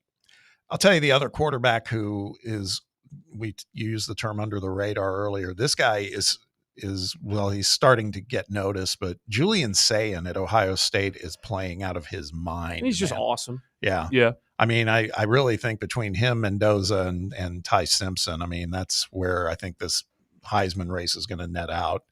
All those guys are playing great, and nobody's got a big name out of that group, but there's some really good quarterback play going on right now. Mm-hmm. And with Sayin, it's just like they haven't had a game that anyone's cared about since week 1. Yeah. And he's just been quietly awesome. But everyone knows Ohio State is good and that their defense is awesome. So, like, they're not going to be shouting about Julian Sayin when he hasn't had that real chance at the second half of the season to show it against a good team. Bear, Ohio State, Indiana in the Big Ten championship game. If that's how it plays out, it likely will. Who are you rooting for in that? Oh, ooh. Because I know you're not necessarily a Signetti fan. I'm not a Signetti fan. Although I used to be. I called it like a couple of years. Like, he dude's a winner, but something about him, I find him very abrasive. But I mean, I loathe Ohio State, going all the way back to like child. My cousins all. Like my closest cousins grew up in Ohio, so they're obviously like huge Buckeye fans. Yeah. And they're constantly growing up. They were looking down their nose at us in the SEC. I don't know, Bob. I'm probably just watching with just an equal amount of disdain. You're just rooting for pain. You're rooting for someone to go home heartbroken. Well, no, I mean, now that Tennessee's out of it, like it's taken a lot of the fun out of it. Like I won't be that jacked up about. I know the playoffs. Like I'm ready, fully ready for basketball to get rolling and get an SEC play. Signetti, that's the thing, man. They back it up. I don't know if you saw this soundbite from him before the game.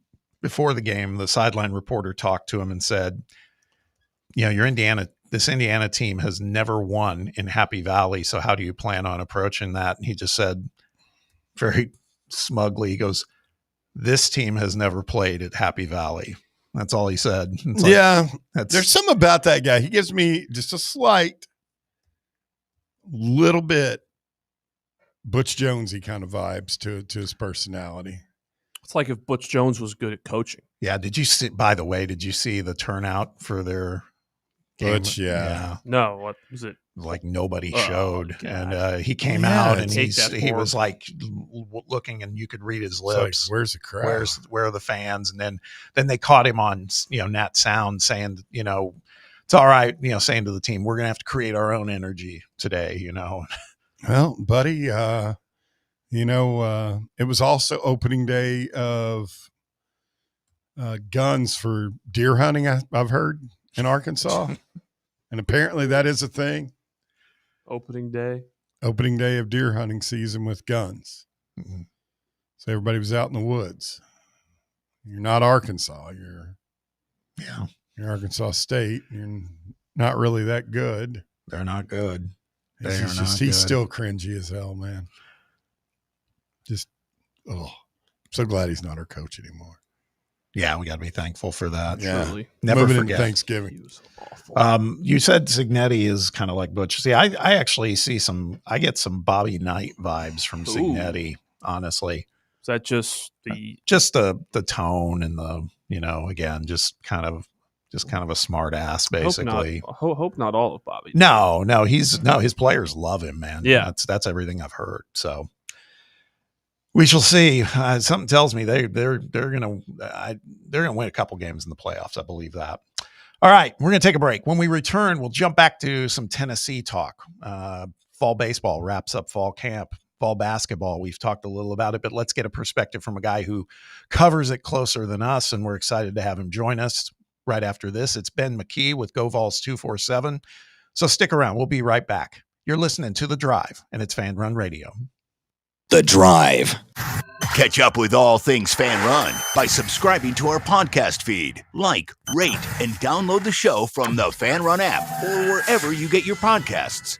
Knoxville, get ready. The big sports show is coming Saturday, November 8th at the World Exposition Hall. Meet your favorite sports stars, Hall of Famer Earl Campbell, baseball greats Wade Boggs, Dwight Gooden, and Jose Canseco, plus UT legends Shamiqua Holtzclaw, Carl Pickens, and many more. Autographs, photos, and memories you'll never forget, all in one huge day. Tickets on sale. Get yours now at bigsportshow.com. That's bigsportshow.com. The Big Sports Show, Saturday, November 8th, Knoxville. Don't miss it. Hey Knoxville, Surfside iced tea and vodka made with real brewed tea is only 100 calories, 2 grams of sugar with no bubbles and no troubles. That's right, zero carbonation, so it's easy to sip and enjoy. Headed to a game day or party at a friend's house? Bring an iced tea or lemonade variety pack from Surfside or try their green tea and new raspberry tea vodka. Find the can with the sunset stripes this season. Surfside iced tea and vodka, sold at bars, restaurants, and stores near you. Surfside iced tea and vodka, sunshine in a can. Must be 21 or older. Enjoy responsibly. Dick's House of Sport at Westtown Mall is a destination devoted to sport, and it's your destination for exclusive events and experiences. Come visit a store like no other. Check out our 40-foot rock wall, golf performance center, Hit Tracks batting cage, and outdoor turf field. You can now rent our space for private events and birthday parties. Learn more about our events and exclusive product launches on Facebook and Instagram at Dick's House of Sport KNX. Dick's House of Sport, proud partner of Tennessee Athletics. Bankruptcy, divorce, personal injury. These are just some of the curveballs life can throw at you. Fortunately, East Tennessee has someone to help you work through these problems and recover. The law offices of Jerry R. Givens. If you're in need of legal advice, call today to set up a free, no-obligation consultation. 865-801-9250. As always, the phone call is free, the advice is free, so what do you have to lose? Call 865-801-9250 or go online to jrglawtn.com. That's jrglawtn.com. The law offices of Jerry R. Givens. Legal expertise you can rely on. Blackford Veterinary Surgery Referral specializes in surgeries not regularly performed by your pet's general veterinarian. They're currently accepting referrals from vets all across the country. With their newly renovated state-of-the-art surgery center and highly trained staff, clients can rely on professional and thorough care. If your vet says that your pet needs surgery or rehab, ask for a referral to Blackford Vet and let them get your best friend back on its feet. Located conveniently in West Knoxville. For more information, visit blackfordvetsurgery.com. Hi, I'm Jessica Lodgen, one of the hygienists here at Knoxville Smiles. If your children are having sleep or behavioral issues, we have things we can do in modern dentistry that can help not just with their dental health, but also their overall health. Early intervention is the key for younger patients and can avoid costly procedures later in life. If you'd like to learn more, give us a call here at the office and schedule an appointment. 865-539-1776.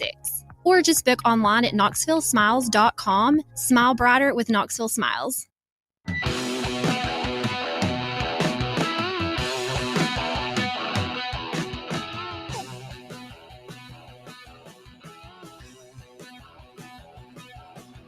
Welcome back. Big weekend. Even though there wasn't fall football this weekend, there was a lot going on. As fall baseball wrapped up, fall basketball was going on as well. We've talked a little bit about it. Let's get some perspective from a guy who knows a heck of a lot more about it than we do because he's out there covering it closely and does it as well as anybody you're going to find. Friend of the show, friend of Fan Run, friend of mine. I'm happy to be talking to him. It's Ben McKee. Ben, thanks for hopping on with us. How are you, man? Yeah, appreciate y'all having me on. It's good to speak with you all again. I'm doing well. Good. Just picked up my kids from daycare. So if you hear any chitter chatter in the background for a moment, I apologize. That's all right, man. That's all right. It's just good to hear your voice and catch up with you a little bit. So let's get to it. Let's talk a little bit about baseball because we haven't talked to you since all of this stuff went on with Tony. And he has moved on, obviously, and the right choice was made, I think, by all measures, with Josh Elander assuming the role of head coach for the team, and feels like he hasn't stopped moving from the minute that became formalized. And they just wrapped up with their orange and white game. I just wanted to get your take, though, first, before we dig in a little deeper on baseball, about just your takeaway with the situation with Tony and the appointment of Josh. Yeah, it's there's a lot to unpack there. I'm sure y'all have done a great job of doing so the last several weeks. I guess in a sense it caught everybody off guard, but it's something that was in the works since the end of September or so. That is when the two sides began talking quite a bit.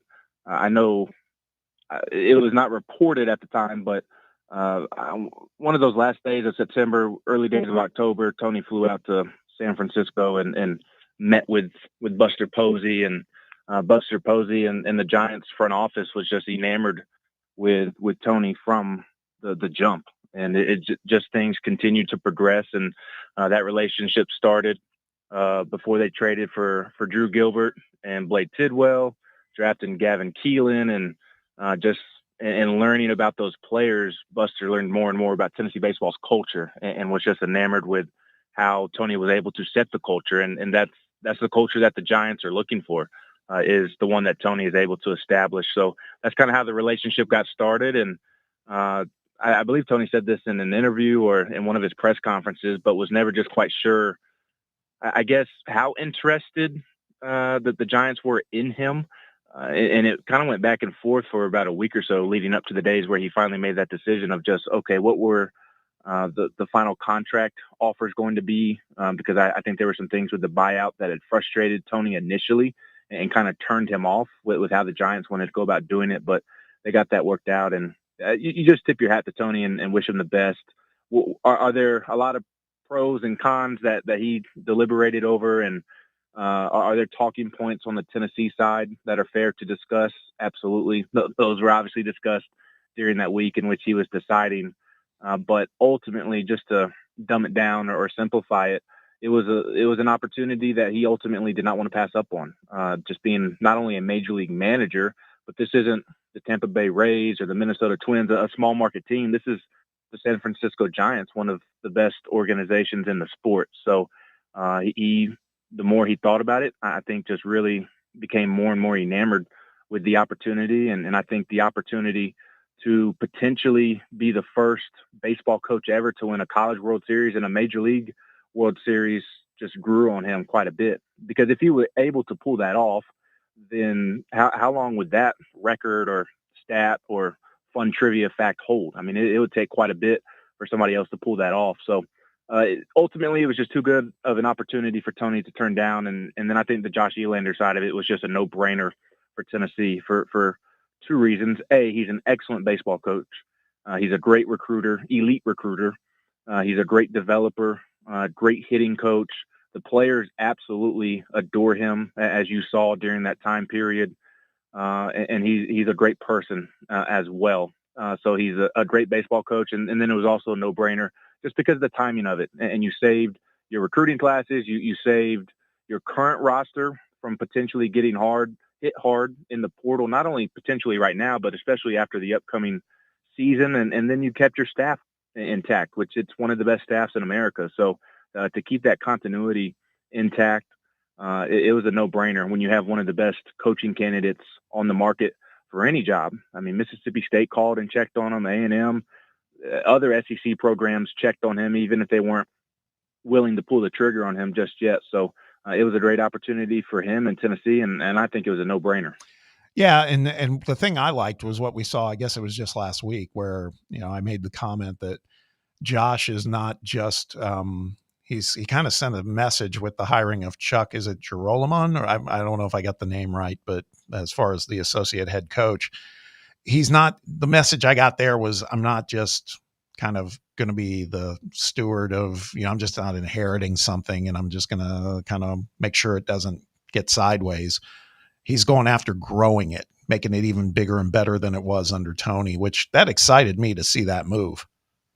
It should. It was a massive move. And I do believe it was a statement move to let the rest of the SEC, the rest of the country know that Tennessee baseball is not going anywhere. Now they're going to have to go prove it, obviously. Josh Elander talked about that last night in his post-Fall World Series comments about how everything feels good right now. And we had a great fall. The team came closer together. I'm paraphrasing. But when electricity finally comes back to Lindsey Nelson Stadium amidst all the construction and the season gets going and they get into SEC play, they're going to have to go prove themselves. Everybody feels good right now, but if you don't continue to prove yourself in the spring, then the conversation is going to go in the opposite direction. So they still have to go prove it, but I do believe it was a statement move, to your point. And there were some easy dots to connect there that benefited Josh to be able to make that move so quickly. They are the best of friends. Josh talked about that last night as well, of where they've been friends now for 10 to 15 years. And he says that they talk once a week throughout those 10 to 15 years, going back to when Josh was a player at TCU and he was on staff at that point, getting his coaching career started. And then also you have kind of whatever the Florida baseball program is at the moment. And I say it in that sense, in the sense of just the turmoil that's going on. Obviously, it's a very talented program that has won national championships and is routinely in Omaha, but Sully just continues to get himself in trouble. So do you look at that as, okay, that's I'm having trouble pronouncing his last name as well. I'm right there with you. I keep wanting to call him Geronimo, like Jeremy Pruitt used to do with the old Tennessee doctor or trainer. But was he just trying to get out before the boat completely sank? Or was that truly a genuine opportunity for him to reunite with his best friend and work with one of his closest friends? Because you could make the case that he could have stayed down there, and if the ship did sink, then he could have been Florida's Josh Elander. He was Florida's Josh Elander. He could have been the one that was next in line to be the head coach, depending on what Sully has going on down there with his off the field issues. But still, even if there were some easy dots to connect and a lot of reasons that it made sense, he didn't have to make that move. And so for him to join Elander and his staff before he's ever coached the game, I mean, you constantly recruit against Florida. They're one of your biggest rivals in the conference. That again, they consistently go to Omaha. It's one of the powerhouse programs in all of college baseball.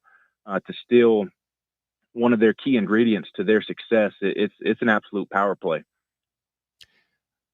So we've got the leadership piece out of the way. I want to get your perspective before we maybe jump over to some basketball. But for you, what are some give me a storyline or two on this team based on the players, the roster, what you have seen. I know you weren't able to watch the orange and white game, but through some of the fall workouts, all that stuff, what's got you most intrigued about this team going into next season, since we are less than 100 days away from first pitch? Yeah, I think at this point of the fall, as they ended yesterday, I was able to watch the last 3 to 4 weeks. I missed the first month or so of the fall because of my health stuff, but have been able to watch the last 3 to 4 weeks. And I think as just somebody who covers the team, and I was doing this with Ryan Shumpert, and me and Mike Wilson were talking, just kind of wondering essentially what you asked me, but we look at it more as what do we not know about them right now? And something that me and Mike and me and Shump were talking about is just who needs to step up on offense, because there's a lot of talent on offense, but there's also a lot of unproven pieces. And you know what you're going to get most likely from Henry Ford, the Virginia transfer, Blaine Brown, the Rice transfer. I think Tennessee fans are going to fall in love with him. I think he's going to have a swagger and a power swing in Neyland Stadium that's similar to Andrew. I'm not saying they're going to be the exact same, but he's just a heck of a talent. And I don't know that Tennessee fans quite realize what they have in Blaine Brown just yet, because he transferred in from Rice. But he can also touch 100 on the mound, and they seem like they really want to get him action on the mound as well. But it's really Blaine Brown and Henry Ford is what you're going to be able to absolutely rely on. You have other guys that you think you're going to be able to, but they're going to have to prove it. And that's Manny Marin in his sophomore year, Jay Abernathy, Chris Newstrom. I do think Levi Clark is in for a big year, but how does he perform when he's hitting in the middle of the lineup every single day? And he's at the top of the scouting report, and teams are pitching him differently. Is he going to be able to consistently produce? I think that he will, but he's got to go prove it, is my point, along with his fellow sophomores and Abernathy, Newstrom, and Marin. And I think that kind of group right there, you could also throw Stone Lawless in there, even though he's a year older. That group, I think, is going to determine how good the lineup is. It's going to be a good lineup. There's too much talent for it not to be. But in terms of meeting the standard and the expectations that they have set and what fans now expect from a Josh Elander-led offense, I think it's that core group of guys that are going to have to really take a step forward as sophomores and prove themselves. If not, then there could be some inconsistencies with the lineup. But aside from that, I think the pitching staff is going to be a real strength. They have so many guys that are capable of starting. Evan Blanco, the Virginia transfer, was very impressive when I saw him pitch this fall. I think Brandon Arvidsson is more than capable of being a Friday night guy. Tegan Coons, Landon Mack. I mean, you could go on and on and on. And I think the bullpen is going to be a lot better. Something, if you've been listening to Elander's interviews, he's talked about is how the bullpen is going to give them a different look. And that was something last year that really plagued them, especially at the end of the year when they needed to get key outs, is like, who are you turning to in the bullpen? And it's all a very similar look in terms of it being a hard throwing righty. Now they've got lefties that throw soft stuff, righties that throw soft stuff, lefties that high velo, righties high velo. They've got a lot of different looks based off of how they kind of piece together the bullpen in the off season. So that's kind of what's on the top of my mind as they exit fall. I guess yesterday was their last scrimmage of the fall. We're joined by Ben McKee with GoVols 247. Let's jump over to basketball for a little bit. Now, were you able to take in the Northern Kentucky game on Saturday? Yep, I was there. Because I was out of town. I've seen a lot of the highlights, watched watched as much as I could this morning. But to me, I was at the Mercer game in person. I was at the exhibition against Duke, and it just felt to me, just from the parts I saw, like the flow of this game felt a little more comfortable, maybe a little more to Coach Barnes's liking than those previous games. Would you agree with that? Totally agree. That was my big takeaway from the game, is just that the offense flowed more smoothly, especially in the first half. I was very impressed by how they cleaned up the turnovers in the first half. They go from 19 against Mercer to 4 in the first half against Northern Kentucky. So obviously that is a great thing when Rick was not pleased with the turnovers in the season opener. And I thought it was a byproduct of things just flowing more smoothly. Rick talked after the game when I asked him about the turnovers that guys just did not try to do too much. And in that Mercer game, when they were turning the basketball over, when shots weren't really falling and maybe not scoring as much as you should against a Mercer type team, is they tried to do too much on one possession. And against Northern Kentucky, he felt guys stayed within the offense and didn't try to do too much, didn't try to play hero ball. And because of that, the offense flowed more smoothly. And I think that starts with Nate Ament and Jacoby Gillespie. I mean, you want those guys taking 15 to 20 shots a piece per game. I think against Duke in the exhibition, it swung too far in the wrong direction in terms of the volume of shots and not even necessarily the volume of shots. And I think Rick would agree that he's fine with them taking a bunch of shots, even if it really stands out on the box score. It's just the quality of shots. If you're taking 20 to 25 really good looks, then he's going to be okay with that as long as they are good looks. And I think that he felt like Jacoby and Nate tried to do a little too much in that Duke exhibition. For Nate, it was also his first, I guess his second. They played Ohio State in the secret scrimmage. Right. But just in terms of the physicality, which is where he is going to have to adjust the most. I mean, that Duke game was as physical as it gets. I mean, it was NCAA tournament level physicality, and Nate needs to add to his frame, and it's different than high school ball. So I think he tried to force some things. So I completely agree that just the flow of things was so much better against Northern Kentucky. A little too sloppy in the second half, but I'm not going to read too much into that when they're already up by 20, 30 points. And at that point in the game, it is hard to stay locked in, even if we who are watching are clamoring for it.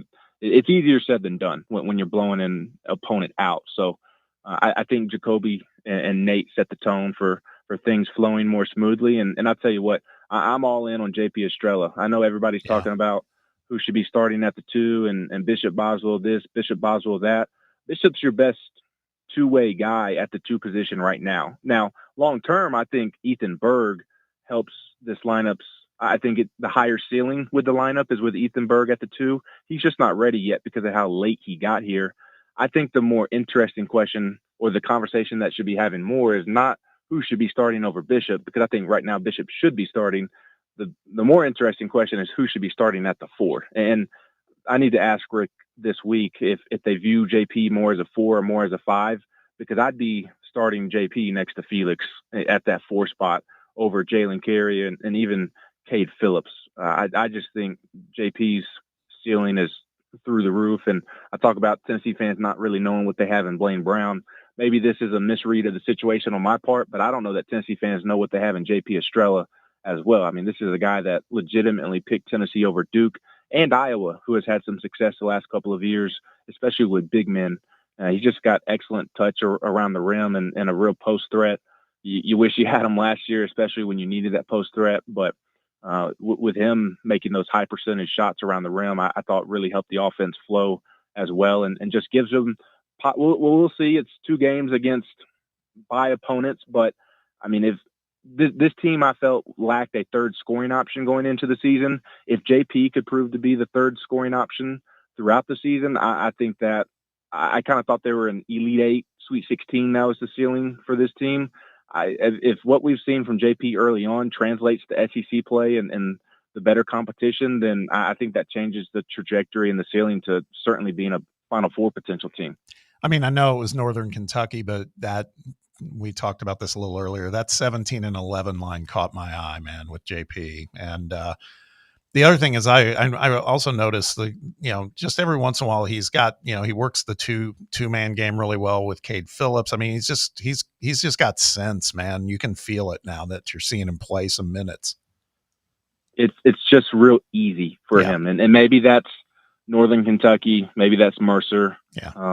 But I mean, he was a top 50 recruit. I mean, he was a prized recruit that legitimately picked Tennessee over Duke. I think that speaks for itself. And that injury, he's just been plagued with injuries his first 2 years and really set him back. We saw a glimpse of it against Edey in the Elite Eight against Purdue.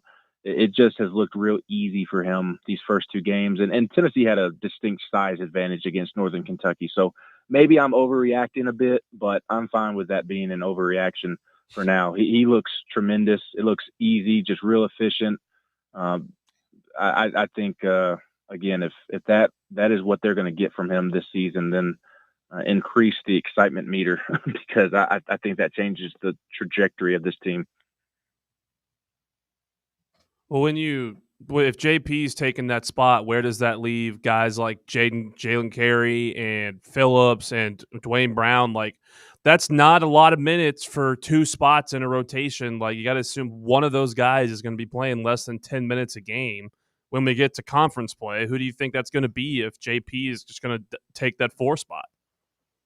Right now, I think the answer to your question is Dwayne Brown once SEC play rolls around, just because he's a freshman and Jalen Carey has been through an SEC season, has been through 2 college basketball seasons. I think the experience will give Carey the upper leg, or the upper hand, I should say. But man, if as excited as I am to watch JP Estrella play night in and night out, if I'm being brutally honest, I have not enjoyed watching Jalen Carey play basketball just yet. It's been a struggle for sure. It has. And again, it's 2 games in. He's learning Rick Barnes, the personality, the system, where can he fit in? There's 5 guys in the front court, to your question, that deserve 20 minutes a game, if not more. But somebody's going to have to be the odd guy out. And right now, I mean, if I'm being totally honest, I enjoy watching Dwayne Brown play more than I enjoy watching Jalen Carey play.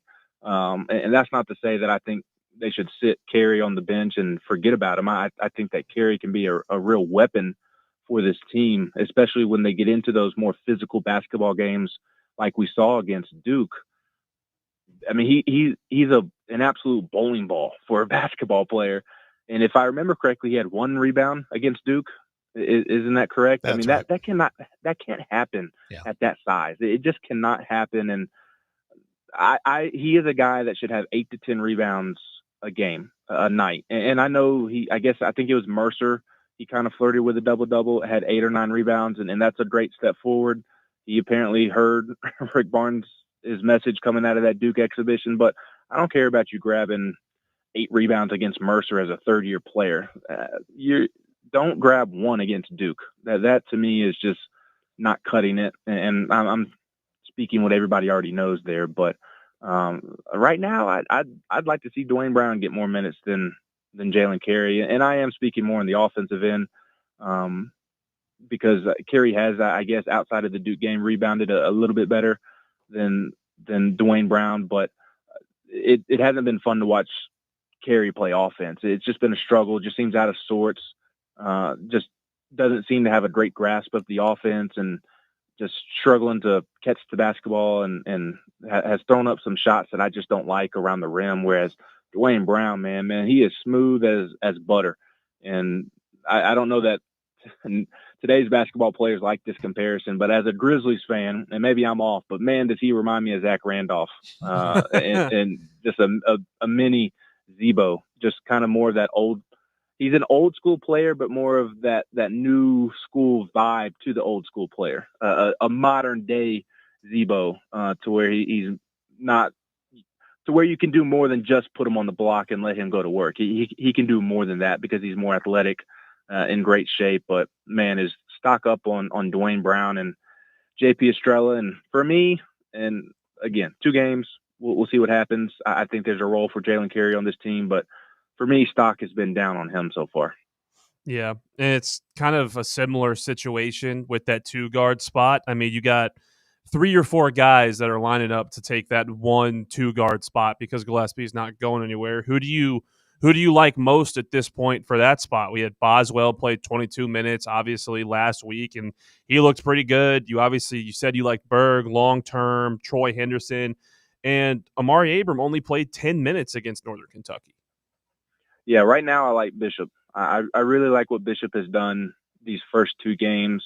And again, it's just 2 games against bye opponents. Like he's played better in these 2 games than he did in the Duke exhibition. And Tennessee's going to be playing more teams like Duke than Mercer or Northern Kentucky. So when they do go to Las Vegas and they play Rutgers, they play Houston, they'll play a third game against somebody of that level. He's going to have to it's going to have to translate when they step up in competition, and that's kind of something that he's not been able to do thus far. But I do really like what he's done in these first 2 regular season games because he's been a true two-way player. He's not a guy, I talked about volume of shots earlier. He's not a guy that you want taking a bunch of shots, obviously, but he's going to have to it's the same thing we talked about with Jemai Meshack.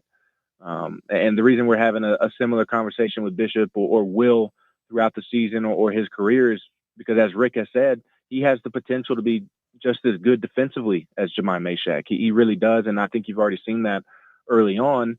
But like we talked about with Jemai, if you're going to be in there, you're going to have to, when the ball swings your way and you're wide open, you're going to have to take your wide open looks. And not only are you going to have to take them, but you're going to have to knock down your fair share of them. Nobody's expecting you to shoot 40% from 3 or shoot as well as Nate Ament or maybe even Ethan Berg and Jacoby Gillespie, but can you do what you've done the first 2 games? Can you knock down 2 of 3 here and there?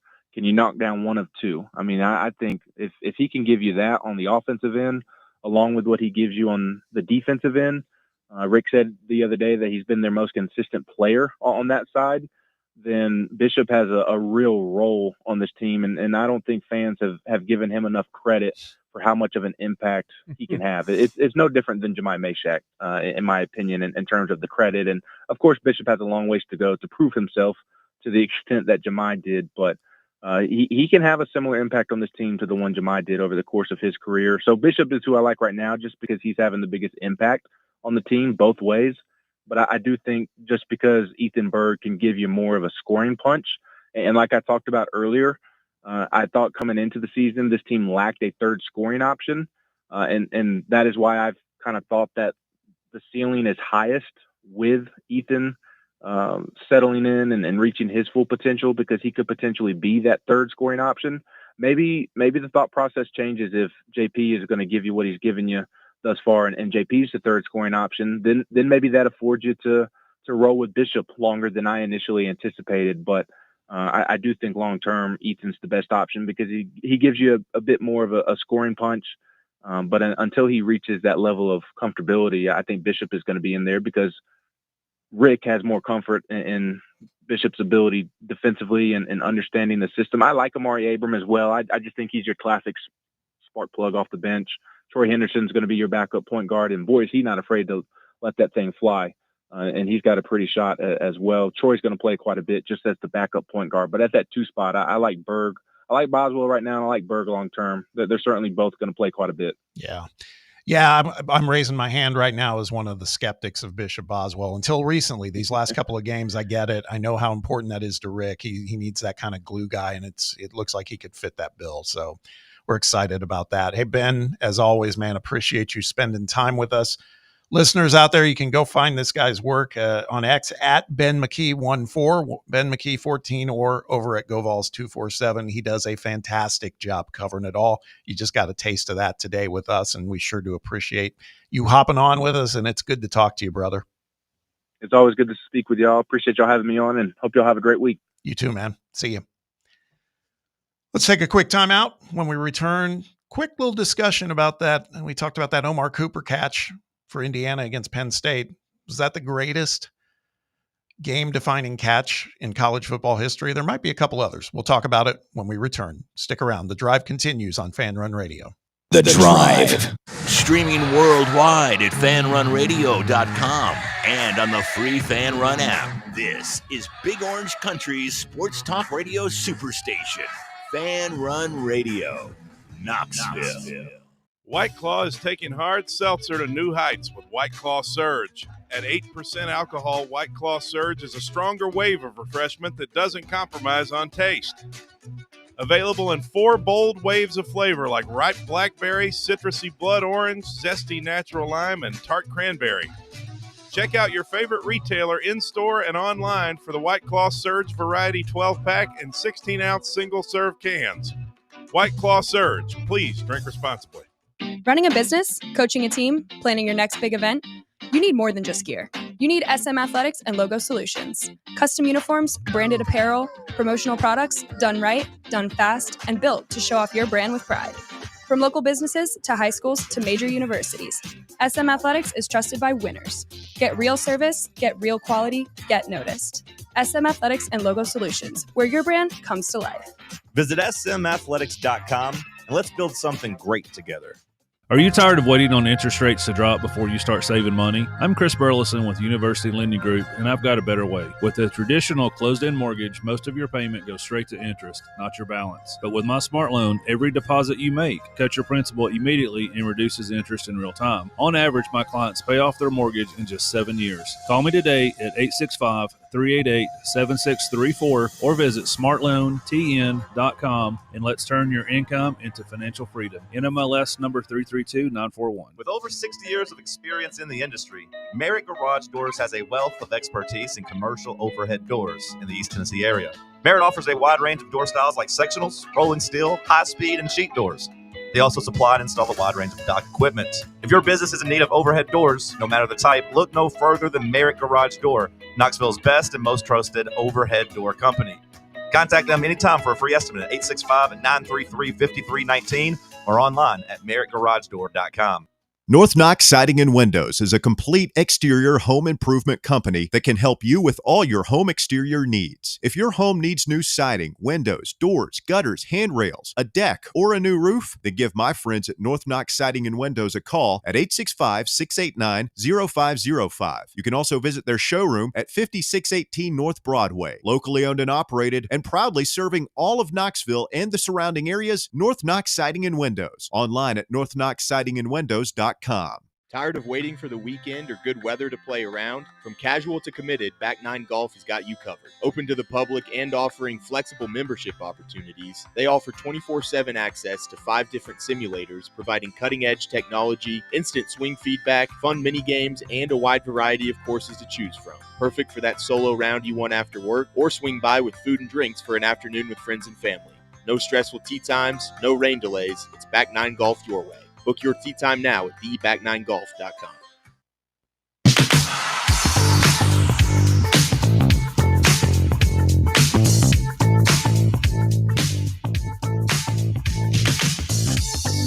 Welcome back. Final segment, hour 2. Let's hop on over to the phone lines where Roberto is standing by. Roberto, what is up?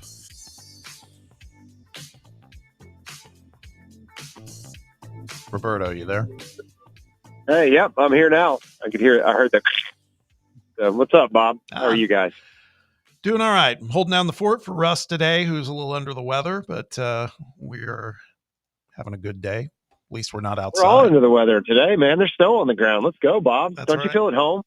A little Midwesterny. I was just up in the Midwest. I escaped from there yesterday around lunchtime. Was it frozen tundra up there yet? It was You're getting just close. literally starting. I mean, somebody sent me a picture. I was telling the boys I was in Kentucky, about almost halfway home. I got a picture from somebody who said, man, you got out in time. There was real legitimate accumulation of snow on the ground there. Yeah. Eastern Kentucky got hammered today, Yeah. from what I understand. Yeah, I saw a picture up near Jellicoe. They were, that's Tennessee, but they were getting hit up there for sure. No doubt. Canceled a trip just in case. Yeah. Seems like the wise decision at this point. Yep. So, guys, I actually saw some somewhat humbling news or sad news from a friend of mine, Chris Paisley, great Tennessee golfer, all SEC, and he probably end up in the Tennessee Hall of Fame for golf. He just retired today. So congrats, Chris. Also, what a great career. So, and I don't know if you guys have followed him, but All time great dude. Yeah. A little Englishman buddy. He's like, I'm pretty sure he's on stilt shoes. He's about 5'4". So great dude. I know he actually listens to your show occasionally because he'll text about it. So nice. But you know, I'm going to have a little overreaction Monday. Is that acceptable? Absolutely. What do you got? Even though we didn't play. This weekend broke about as good as it could for Tennessee's playoff hopes. If there's any, it broke about as good as it possibly could. Has anybody actually been looking at this? Yeah, there I'm a was. sheep. I have. There was a couple of things that we need. 7 teams in front of us that we needed to lose a game lost this weekend. Yeah, there were 7. a couple that didn't. I think it was 1 or 2. Maybe. Yeah, I guess if you consider Southern Cal was one of those, then they didn't lose. But I don't know if they were ever going to lose that game. But yeah, I mean, Washington losing was huge for us. You could go down the list. And our buddy Rusty, I haven't heard him call in today, so I'm not going to steal any of his thunder. But Rusty has actually charted a path where the SEC gets 6 and the ACC gets 0. Yeah, we were talking about that today, that the ACC could. There's something that tells me the selection committee just won't let that happen. Yeah. But I would agree. It could, but it is interesting, and I think that's what it would take for the SEC to get 6, because I just can't imagine it any other way. Does a 3-loss SEC team make it this year now? That's because Texas is going to have 3. Yep. That's what we talked about earlier. It's like if Texas... I must have missed it. I'm sorry. No, you're good. If Texas, like, say, if they win 1 of 2 versus Georgia and A&M, and even if Vandy somehow beat us, I don't want to buy tomorrow's trouble, but if they ended up with 2 losses, Texas beat Vandy head-to-head, who does the selection committee take? Do they take Texas? You have to take Vanderbilt. You would think have some so. pretty quality wins. We would be Texas's best win. Wouldn't you agree? If it's so, like, I'm not sure we'd be Vandy's best win, but we would definitely be Texas's best win, right? Maybe Oklahoma, I guess. Well, if they beat A&M or Georgia, maybe not. Oh yeah, no, that would be a better win. You're right. I don't think they're beating either of those teams. Am I a sheep? No, other listeners have said the same. Would be Texas's best win. But thinking about it, no. Oklahoma's a better win than we are right now. Yeah. But I think Oklahoma has some more losses in them. You better be a big Missouri fan. I'll just say it that way. They got Alabama this week, don't they? Oklahoma at Bama. That's probably a loss. Yep. Yeah. Then Missouri, and they finish with. Did they finish with A&M? No, that's Texas. Yeah. I can't remember. I don't know. We need Texas to lose 4, and we need Okie to lose 4. If that happens, Tennessee's going to be 5th overall in the conference. Man, we can imagine. All right, Roberto, thank you, brother. That wraps up hour 2. Let's take a quick timeout. When we return, we have the top 5 at 5 with Walker and much more. Stick around. You're listening to The Drive on Fan Run Radio. The Drive. Hi, I'm Bo Cregner with the Cregner Group at Realty Executives. You know, the real estate market, like all other markets impacted by the economy, is changing all the time. And it's never been more important to be personally represented by a trusted real estate specialist. I can't emphasize enough how important it is when selling or buying to be individually represented. Call me today for a free consultation. My number is 865-742-1035, and my website is bonowshouses.com. Got a problem tree looming over your home? Call ECR Total Landscapes. Whether it's trimming, removal, or storm cleanup, our certified pros get the job done safely and efficiently. We're licensed, insured, and ready 24/7 for emergency calls. Big or small, we cut them all. ECR Total Landscapes. Call now for a free estimate, 865-384-2012, and mention promo code FANRUN for free stump grinding on any tree removal now through the end of the year. Also, visit us at ecrtotallandscapes.com. Citizens National Bank. We believe a good game plan is essential for success. With a CNB Plus Perks checking account, you'll save money with cell phone protection, roadside assistance, identity theft protection, and more. Banking at CNB has its perks. Find out more at cnbtn.com. Citizens National Bank. Banking never felt so good. Member FDIC. At Knoxville Insurance Group, They understand the challenges many consumers face when searching for insurance coverage. That's why whether it's for you, your family, or your business, they create a coverage plan specifically for your unique needs. Knoxville Insurance Group is an independent firm, which means they aren't beholden to just one insurance company. They search multiple companies, acting as your negotiator to find you the best possible policy and price. Start a quote in minutes at KnoxvilleInsuranceGroup.com or call them today at 865-694-9788. Got a flat tire? Strange noise under the hood? Don't stress. Roll into Matlock Tire and Auto Service. From oil changes and brake repairs to brand new tires, Matlock's certified techs do it all. Fast, friendly, and fair priced, Matlock is the home of the price match guarantee. Bring in any competitor's ad and Matlock will match the exact same tire for the exact same price. Matlock Tire and Auto Service. 5 locations in East Tennessee. Visit MatlockTireService.com to find the location nearest you and schedule your appointment. You're listening to FM 105.7 and AM 1340, WKGN Knoxville, and W289CU Knoxville, Fan Run Radio. The following radio theater is brought to you by Men's Pro Knoxville. Hey, Dad, can we play football? No, buddy. All right. Pops, want to work out? Maybe later. Hey, kids are in bed. What you up to? Tomorrow? You've got one life, and it's too short for not nows, maybe laters, and tomorrows. If you have ED and performance issues, your family, friends, and even your career has already been affected. Book your discreet evaluation at Men's Pro Knoxville and turn your tomorrows into today. Yes! Touchdown! Come on, one more, Dad. Today! Push, Dad. One more. Come on, push. Hey, kids are in bed. What you up to? Tonight. Call 865-544-8220 or book now in under 30 seconds at menspronknoxville.com. Men's Pro Knoxville, for every man in every season of life. For over 3 years, Crumble Cookies has served the Knoxville area. From Clinton Highway to Parkside Drive, even our friends out in Maryville have reached you, our fans, with the best cookies in the game. This fall, Crumble is gearing up for yet another fantastic season. Whether you're tailgating or looking for a pick-me-up after getting the kids from school, Crumble has you covered. Download the Crumble app to check out this week's rewards and features. And stop on by. Tell them Fan Run sent you, but don't miss the cookies. It's time for The Drive's Top 5 at 5. Welcome back. 5 o'clock, third hour of The Drive. Quitting time, as Russell Smith would say. I'm Bob Baskerville. Pinch hitting as the host today. Russ is playing hooky. No, he's under the weather. We hope he's feeling better. Hopefully we'll see him back tomorrow. But the rest of the crew's here, Bear and Walker Smith. As a matter of fact, it's time for the top 5 at 5. Walker, hit it. At number 1, Tennessee basketball's Nate Ament was named the SEC Freshman of the Week today after totaling 41 points, 17 rebounds, 6 assists, and 2 steals in his first 2 games with the Vols. Ament on Saturday scored a game-high 23 points and had 8 rebounds and 5 assists to lead number 20 Tennessee to a 95-56 victory over Northern Kentucky.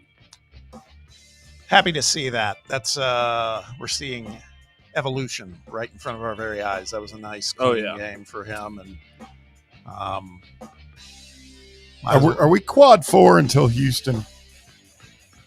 Till is Rutgers going to be quad 4? I don't know. I'm not sure what the record will be going into that game. Look at that. But Houston's are. Oh yeah, yeah, that's the game. And then the ensuing game is the winner of I forget who, but it's going to be a tough opponent for sure. Mm-hmm. Winner or loser, really, either one. Yeah, I wish I could have brought this up with Ben McKee last hour, but when he talked about the rebounding from Carey and stuff like that, one thing I wanted to bring up was, some of those rebounds are getting taken by Nate Ament. Like, his rebounding ability has gone under the radar of how impressive it's been from the jump. We saw it in the Duke game. I think he had a double-double in that one. He did. And he's a beast on the boards for how skinny he is. Yeah. Nah, he's better enjoy it. He is, by all accounts, he's viewed by all, no matter, unless he just totally tanks this season, he's a top 10 prospect for the draft, maybe higher. So it's going to be a fun year with him. Yep. At number 2, the Lady Vols fell 4 spots to number 12 in the AP poll following a 2-1 first week of the season, capped off by a 72-61 win at UT Martin over the weekend. Their next game will be against Belmont on Thursday. That was a rough game, man. I mean, at UT Martin. I know. They had the place was packed. Again, it was more of an homage to Pat Summitt, former Lady Skyhawk, but still, I got to believe Kim is probably using that as rocket fuel today. Oh, yeah, I bet Pratt Pavilion wasn't very quiet today during those practices. A lot of wind sprints and running. I'm sure she was letting them know. But yeah, hopefully they'll bounce back against Belmont on Thursday at home. It'll be good to see them. Hopefully, maybe club sealing them later bounce back. At number 3, former Tennessee quarterback commit Legend Bay has decommitted from the Vols and flipped to Ohio State as of today. Bay originally committed to Tennessee back on June 28th before visiting Ohio State a week and a half ago and decommitting yesterday. Bay was a 4-star recruit and was the 47th ranked player in the state of Texas. Got to admit, I was kind of hung up on his name. I loved the name. It's a great name. Yeah, I was like, God, he's going to be part of the all-name team. So that's my only regret right now at the moment. Never had him anyway, so let's hope we're in good enough shape on some of these other position players, either quarterback or wide receiver, and Godspeed. I just hate that we lose him to Ohio State. That's all. Yeah, it's brutal. And I mean, he's listed as an athlete on 24/7. Like you said earlier in the show, there were some rumors that we were thinking about moving him out wide to play receiver, a more skill position. And I guess that just wasn't on his radar and decided to move over, hoping the best for him a little bit. At number 4, Cincinnati Bengals quarterback Joe Burrow, who hasn't played since week 2 after having surgery to repair a turf toe injury to his left foot, is returning to practice today in a limited capacity, the team announced. Burrow has been on the IR since September 16th. Burrow told @Jay Glazer he expects to be back by Thanksgiving, which is week 13 when they play on Thanksgiving night versus the Ravens. What's their record right now? Not good. We're like 3-6. I think you're 4-5. 4-5. We had a bye this week, so I kind of in that division kind of checked out. I mean, again, in that division, Baltimore's playing better, but still, that division's kind of up for grabs. Yeah, I mean, I think Pittsburgh is back. No, we are 3-6. Oh, God. So it's not good. I mean, that Bears loss to a week ago was crusher if you saw what happened at the end of that game. But I can't believe Joe Burrow is already practicing. I mean, when we talked about this injury back in August and September, it was like, they say 3 months, but it's probably the season, and he's already back practicing. It's a little worrying given the injury proneness of Joe Burrow, but I'm just happy he's back playing football again. If I had to choose, the Bengals are so bad that they shouldn't play him because it's not going to matter. But just impressive he's already back on the practice field. And at number 5, official for Maine's largest healthcare provider have apologized for sending their condolences to hundreds of people who are still alive. A computer system error caused Maine health officials to send letters of condolences to more than 500 living people to inform their next of kin of their reported deaths. Maine Health states the largest provider of medical services sent the false condolence letters to 531 people. The cause of the mistake was a computer program that generates estate vendor letters. Okay. That'd be a tough news to receive. That isn't true. Yeah, I would agree. Yeah, that's a lot, man. All right, Walker. Good top 5 of 5 there. Top 5 of 5 today was brought to you by Jerry Givens, the law offices of Jerry R. Givens. Bankruptcy, divorce, personal injury. Those are just some of the curveballs life can throw at you. But fortunately, right here at home in East Tennessee, we have someone who can help you work through those problems and recover. The law offices of Jerry Givens are here to help. If you're in need of legal advice, call today to set up your free, no obligation consultation. Their number is area code 865-801-9250. As always, phone call is free. The advice is free, so why not? What do you got to lose? Call 801-9250, or go online to grglawtn.com. The law offices of Jerry R. Givens, legal expertise you can rely on. One thing I wanted to talk about before we jump back to the phone lines, just for a minute or two, we teased it a little earlier. We talked about that finish to the Penn State-Indiana game, the catch that Omar Cooper made to win the game, which when I first saw it from the first angle, I thought there was no way he was in bounds, but then they had another angle that was from the sideline, and it's incredible what he did in terms of his footwork to make that catch. And so it left me with, I don't know, for my money, that might be the best like high stakes catch I've seen in a college football game. Now there's been some others. I think of Charles Rogers from Michigan State way back in the day against Notre Dame. There was just one, speaking of Notre Dame, it was a Georgia receiver not too long ago, about 5, 6, maybe 7 years ago when Georgia played Notre Dame. I forget the guy's name at this point. But do you guys have a catch that was like more impressive, that caught your eye than what you saw on Saturday? I mean, the first one that comes to mind is probably Peerless Price in the national championship game. I mean, he just held his hands out, and then, he never broke stride. Cannot remember. I'm just, if I wasn't trying to think of it, I could name his name. 4th and 19 against Alabama. Who was it? This is for the vaults? Yeah.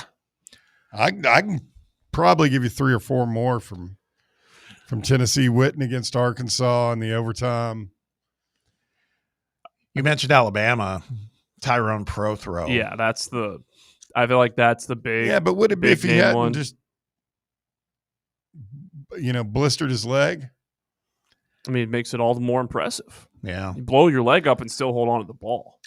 It's nuts. Another one I just saw when they did game day at Texas Tech, not this weekend, but the weekend before. The one, Crabtree. Right. That's when you say best catch that comes to mind, like most meaningful one.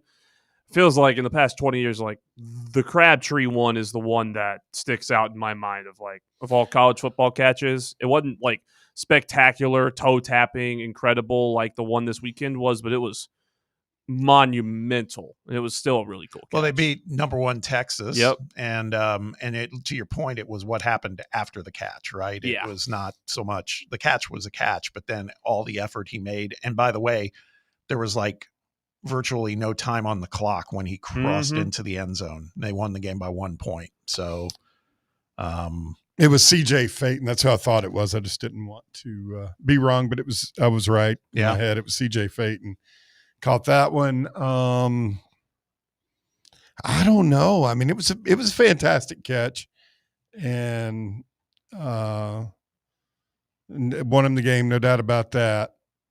But I don't know. And anymore, these kids are such incredible athletes. Kittle had an unbelievable play to score his touchdown yesterday in the 49ers game. Yeah, it's almost unbelievable how they can control their bodies. I think I'm still not convinced that our boy Star Thomas stepped out of bounds. I just think we didn't have any good camera angles. Yeah. I was looking this up. I was saying I couldn't remember the name of the guy, but go look up when you get a moment. Terry Godwin of Georgia against Notre Dame in 2017. That was up in South Bend. Oh yeah, the one-handed catch. Yeah, I remember that one. Unbelievable. That one's crazy. Yeah. I mean, there are some ones that aren't crazy catches that stick out in my brain, like the Hunter Renfrow one to win the national championship. Yeah. Wasn't an awesome catch, but it sticks out in my brain as that's the catch that beat a great Alabama team in the national championship. That one on Saturday wasn't any more big to me than Juwan Jennings in Athens. I mean, yeah, Juwan Jennings should not have taken us this long to say that catch. Down the Hail Mary, yeah. Yeah, probably should not have taken us that long. Yeah. I mean, I thought about it, but Hail Marys are kind of, it's kind of a different kind of deal, but. Yeah. Oh, no, it's. Josh hung that thing on a rope, too. Yeah, he did. He did. Other one top of my mind is the Devontae Smith catch to win the national championship in overtime, which, again, not an impressive catch. He was wide open and Tua threw it to him, but it was just an unreal moment. That happened. The stakes in play right there. So Yeah. Yeah, the last thing I'll say on it's a recency bias, I'm sure, but that Penn State Indiana game, Indiana's tight end also made a catch in that drive where Oh yeah, a couple plays before he high pointed it and came down really on his butt, but was just in bounds. I mean, just pretty incredible game. Penn State's got to be kicking themselves for losing that game. They had no business losing it. They needed to take better care of the ball, not give Indiana the ball with 2 minutes to go. That was foolish. So, all right, let's jump to the phone lines where we've got Rusty hanging on. Rusty, what is up, my man? Well, I heard the call to arms from Bobby, and I wanted to clarify something. Okay. So the whole ACC not getting a team in doesn't really affect the SEC's getting 6 or 5 or 4 or whatever. That's just a sidebar thing that I was talking about with Bobby earlier. That you would have to have like San Diego State or Vegas be 11-2 and win the Mountain West, and Tulane be 11-2 and win the American, and then you would have to have that 9-4 Duke team who controls their own destiny to go win the ACC. And then would the committee put 9-4 Duke over either Tulane or San Diego State? But again, that's just a sidebar. Yeah. A real crazy part would be you get that 9-4 Duke team win the ACC. They get left out for one of those teams, being Tulane and San Diego State, but Miami gets an at-large bid from the ACC at 10-2. Yeah, see, that's the thing I'm not quite sure about is we know that the wrinkle that's different this time around is that they talk about that they're going to, focus mostly on the ratings. Yeah, but there's part of me that's like I guess there's part of me based on what we saw and heard last year from that selection committee that I don't fully trust those guys. That's all. Oh, you can't ever trust them. You can't trust that one. You can't trust the basketball. You can't trust the baseball. You can't trust those guys in a room, which is why we need to go back to the old BCS formula and let that decide our playoffs. Yeah. Hey, so the 6 SEC teams, like if Notre Dame wins out and the ACC gets 1 and the Big 12 gets 1, then the SEC is going to get 5, assuming USC loses to Oregon at Oregon and Michigan loses to USC. That means only 3 Big Tens are getting in, and that's 5 SEC right there. Pretty much a done deal if that scenario goes down. So if you're cheering for that, you need Pitt to basically win out, including beating Notre Dame, but also beating Miami and Georgia Tech, and then winning the ACC. Then you just get Pitt in. And then you need BYU to lose, another one to Cincinnati, and Texas Tech to beat whoever plays in the championship game, and it only be Texas Tech. So in that scenario of 1 Big 12, 1 ACC, 3 Big 10, that's 5 SEC teams getting in pretty much without even blinking. The real question is, Pitt beats Notre Dame, that means 6 SEC team gets in that same scenario. That's what we're really going to have to kind of all be pulling for. The other thing is, let's say Notre Dame wins out and Miami wins out. They're both 10-2. We watched Miami beat Notre Dame, and their strength of schedule and their resumes are pretty similar. Why is Notre Dame guaranteed in and Miami's not? Because they're Notre Dame. That's right. You asked, and they're Notre Dame. I know. No, you're right. That's what I wanted you to say, Bear. You're dead on the money. That's it. But Miami's like, 19th, 18th, somewhere around there, and Notre Dame's 10? Yeah. What are we doing? It's fine. Hey, go Narduzzi and the boys from Pitt on Saturday and knock them out of the playoffs and be done with it. But then I think Bobby hit the nail on the head. You need Oklahoma to be 8-4. You need Texas to be 8-4, which is definitely possible with the remaining schedules they both got. And you got Missouri's loss the other day, which knocks them behind us. And you need Vandy to win at Kentucky and come to Knoxville 9-2, and us to give them their third loss, which would be us 9-3, them 9-3, and us to be ahead of them. All those things need to go our way, but none of them are asking for like a miracle. Mm-hmm. None of them are. We're not asking for like Ohio State to get upset by Michigan State and Nick Saban back in 1998. We don't need that kind of a miracle. We just need legitimate teams that can beat teams, or the teams that should beat teams to beat teams.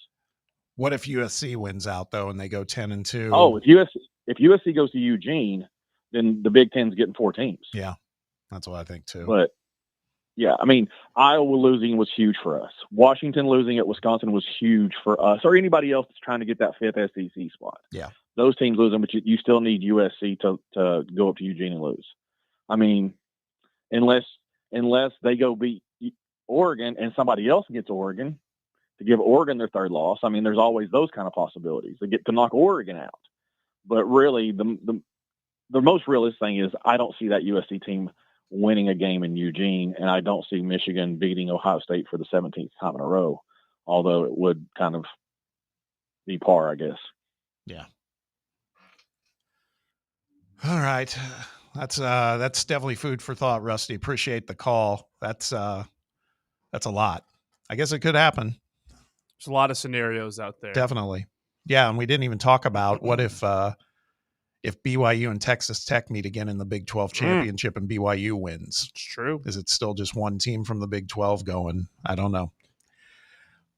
I just don't see BYU beating that Texas Tech team. No, they looked like there was a delta between those two teams on Saturday. Only a really good team could beat Texas Tech. Yeah. Couldn't imagine who that could be. Yeah. Yeah, that's fair. I do think, though, that, I mean, if USC goes 10-2, they're going to be in. Yeah. They're going to, I mean, apart from the fact that, probably, they absolutely don't deserve to be in. But, again, that's a college team in one of the biggest markets. They're going to have them in. Yeah. And I wouldn't be that surprised if they go to, where do you say, Eugene? Yeah. Yeah. Hey, before we hit the break, to listeners on the text box, this is good.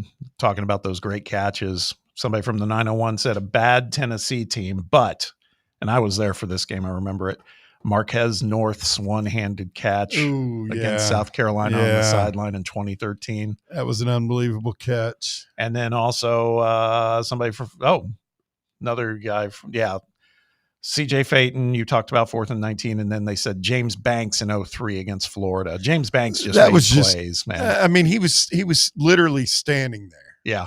I mean, that was just like lightning struck, and then the ball just hit him in the gut, and he was just standing there and grabbed it. I always feel like it was less this year, but I saw it last year because there were so many quick hits. I always felt like I got some James Bank vibes from Mike Matthews, actually, but this year's been different. He's just a burner, man. Hell, I'll tell you one. Ramel Keaton against Florida up here. Oh, yeah. Mm-hmm. Speaking of someone in the live chat, Jawan Jennings against Florida. Yep. That game, we beat them. The catch going down the sideline where he broke tackles. That one sticks out in my brain. That was not a very well he burnt Tez Tabor. Yeah. But that wasn't a very well thrown ball, and he almost dropped it. Mm-hmm. He bobbled it there. Yeah. Now we break them down. There's a lot. Oh, there's tons. There's a lot. Yeah. There's a ton of them. IU's got nothing on us. Nothing.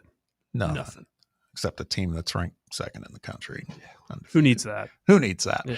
All right, let's hit a break. When we return, more of The Drive here on a Monday. Stick around. We'll be right back. It's under review. Oh, here we go again. I got to stop this. Come on, man. We'll be right back. It's The Drive. The Drive. Can't get enough Fan Run Radio? Download the free Fan Run app and take the best Tennessee sports conversations with you wherever you go. This football season, crack open a cold beer that doesn't fumble the flavor. Garage Beer is 100% beer-flavored beer.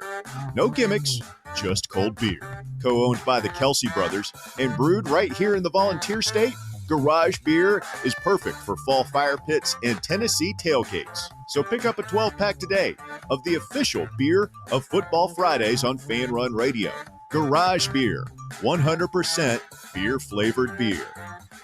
Vol fans, reimagine your home at Broadway Carpets and Flooring for any remodeling or building needs. With a variety of carpets, rugs, hardwood, vinyl, and stone, Broadway has all the flooring and installation options you're looking for, including pet-resistant products like Pet Perfect Carpet from Shaw Floors. Visit their showroom in downtown Knoxville or the location in West Knoxville located on Kingston Pike near Pellissippi Parkway today.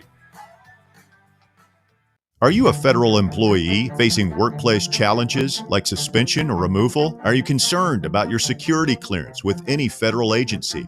You know the Griffin Law Firm is your trusted ally in military legal matters. But did you know they also specialize in civilian federal employment law? If you're a federal employee facing workplace challenges like suspension or removal, if you're concerned about your security clearance with any federal agency, the DOE, FBI, FCC, or DOD, you might not know it, but you do have legal recourse. The Griffin Law Firm specializes in federal employment law, military law, and security defense law. VFL Marshall Griffin and his experienced team are ready to make your problem their problem, no matter which federal agency you work for. Don't face federal employment issues alone. Remember, remain silent, request counsel, call Griffin Law, 888-707-4282, online at griffinlawdefense.com.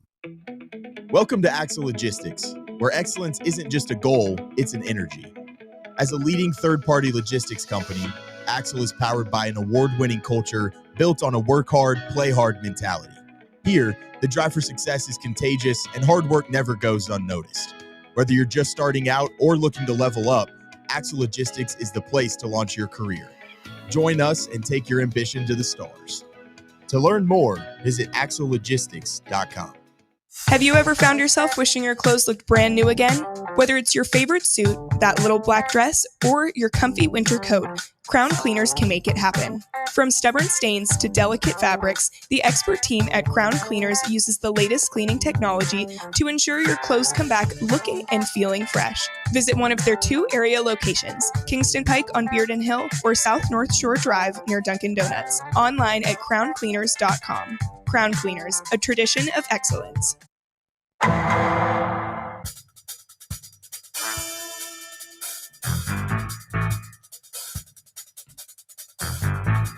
Time for the docket. Time to talk about some bad actors. Yep. We'll start in the world of sports. Major League Baseball. Cleveland Guardians pitchers Emmanuel Clase and Luis Ortiz formally indicted for pitch rigging. Unreal. Charged with fraud, conspiracy, and bribery. Both players could face a lifetime ban from Major League Baseball. I mean, if there's...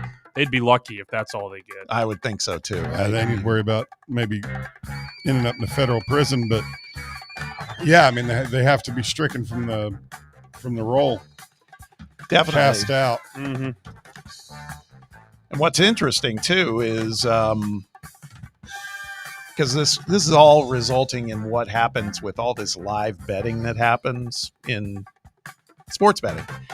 And now Major League Baseball and the sports books are getting together, really fueled by this situation, to put a nationwide limit on pitch bets. Because Walker, you may have been digging in on this a little bit, but some of this was about, this is exactly what was going on. Was there were bets placed on outcomes of pitches, and these guys were in the mix on it. Yeah, I believe some of the totals for it, there was a group of people, the bad actors you're talking about, that made upwards of $450,000 betting Ortiz's and Emmanuel Clase's pitches. Yeah, and but the wild part was that I saw one of them was only paid $5,000.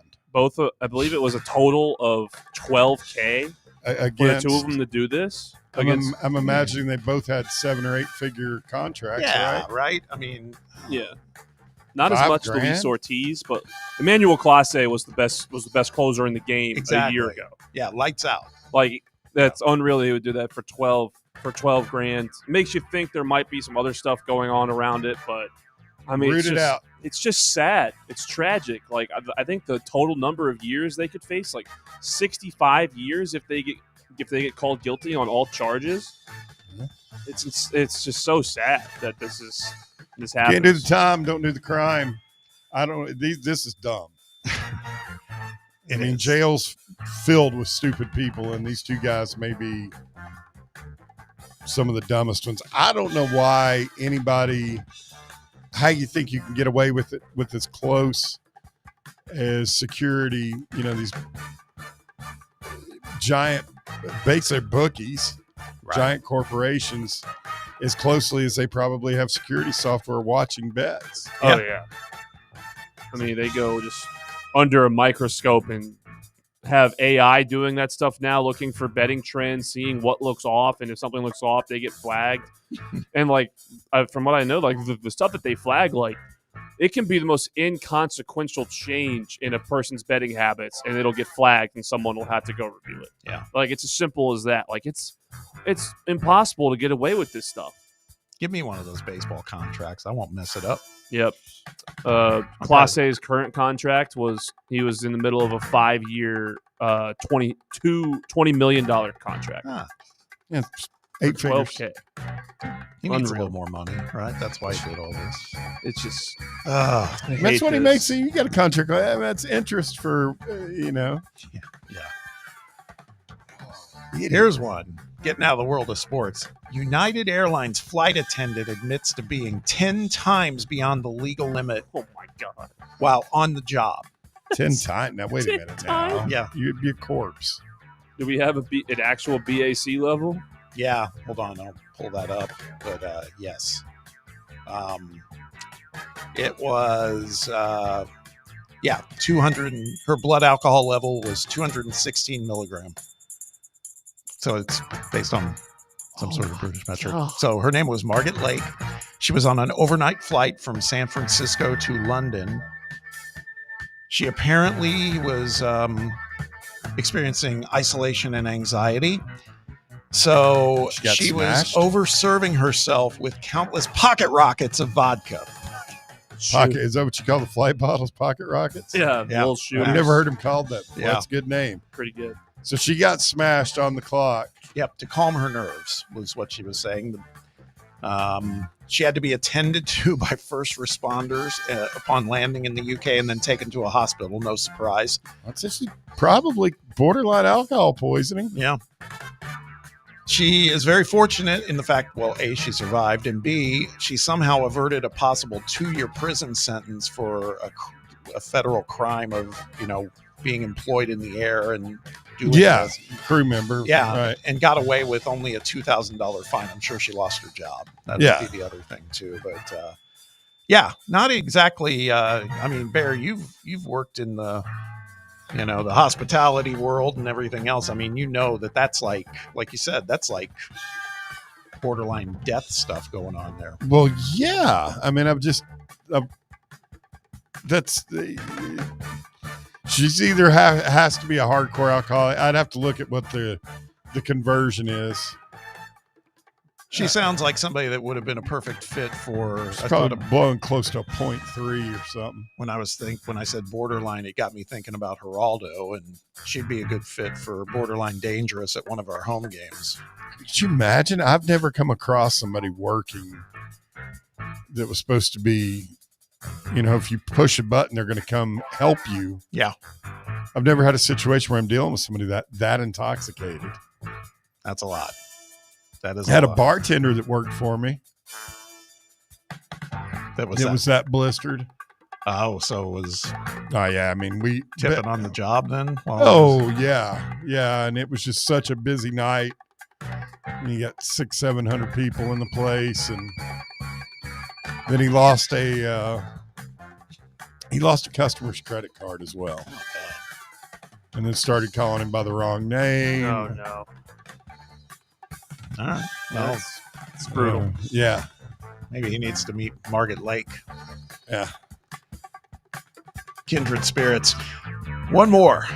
All right. This happened in New York City where a madman, this is the headline in the New York Post, madman steals FedEx truck on New York City street and goes on crash-filled joyride, then returns to the scene in an attempt to hijack an ambulance. So he's just collecting trucks? Yeah. A guy by the name of Dominique Bullock allegedly hopped into a FedEx truck outside of 606 Carroll Street in Park Slope and shoved its 25-year-old driver out of the vehicle right in the middle of the afternoon, by the way, according to reports by NYPD. He then allegedly sped off eastbound and smashed into a stationary 2012 Mercedes-Benz SUV parked a few doors down. And then I'm looking at the picture. He just hopped out, apparently, and the ambulance is like just, right there. Yeah. So he, exactly. And then no, I take that back. There was more. He kept going in the FedEx truck and rear-ended into a yellow 2024 taxi, then plowed into a nearby church fence, causing damage. Yeah, This is in the city? Yeah, right in the middle of the city. Then ditched the truck, fled on foot, bizarrely returned to the crash scene and attempted to climb into a parked New York Presbyterian Hospital ambulance that had responded to the wreck he allegedly had created. Right. Tried to operate the ambulance, but was unsuccessful and then was quickly taken into custody. He's charged with robbery, attempted grand larceny auto, reckless driving, criminal mischief, and leaving the scene of an accident. So Dominic Bullock, there were no injuries somehow, thank God. But thank goodness. Yeah, but that guy, he's trying to steal an ambulance. I know. There's a lot of stuff on those things. That's lock them up. That is that's a full array today on the docket. A lot of wild stuff there. And that was can't imagine how he felt when he came to in Rikers. Yeah. I'm sure that's where they took him to the Tombs, right? Yeah, you would think. Got a lot of new friends, I'm sure. It's like the closest thing we have to like a third world prison in this country. Yeah. I watched a video on Rikers recently, and like, you don't want to go there for any reason. No. At all. It's the inmates kind of are in charge. It's a very, very dangerous place to be. Yeah, I always see it. It's across the bay from LaGuardia. Yeah, I mean, you see it when you fly. If you're flying, I always fly into LaGuardia. Yeah, and you see it, and it's just like I always have the same feel by it. It's just like, oh God, could you? Just a full on Bob Baskerville. Just oh God, could you imagine being stuck in that joint? Speaking of that, a buddy of mine this weekend when I was up in Indianapolis told me that Diddy, speaking of a guy that's doing time, Diddy apparently got in some trouble. Yeah, I saw that. That was fast. With some toilet wine. Making Pruno? Really? Yeah. Yeah. Oh, that's great. Things are going well for Diddy. I'm sure. Well, could be going a lot worse for him. Yeah, no doubt. I mean, I don't know. I mean, I've got to figure the guy's pretty happy. All male. They know how to make their own alcohol. Yeah. He's got plenty. I'm sure he's got plenty of money on his commissary. He can buy some baby oil. Well, I guess that's one way to look at it. That's true. Yeah, it's bright side to everything if you're Diddy. Locked up with a bunch of men. Yeah. Let's jump over to the phone lines. We got DR Vol on the line. DR, how are you, my man? I'm making it. What about y'all? We're doing okay. We're trying to labor through. Russ isn't here. I'm calling the show what my old show used to be. It's been troublesome, but we're making it happen. Well, I kind of like it that Bear sounds in a better mood and he's getting more airtime, and more air with Bear is always a good thing. Yes, sir. Guys, I don't know if I'm prepared for the next coming weeks. Like New Mexico State just doesn't exist to me. Right.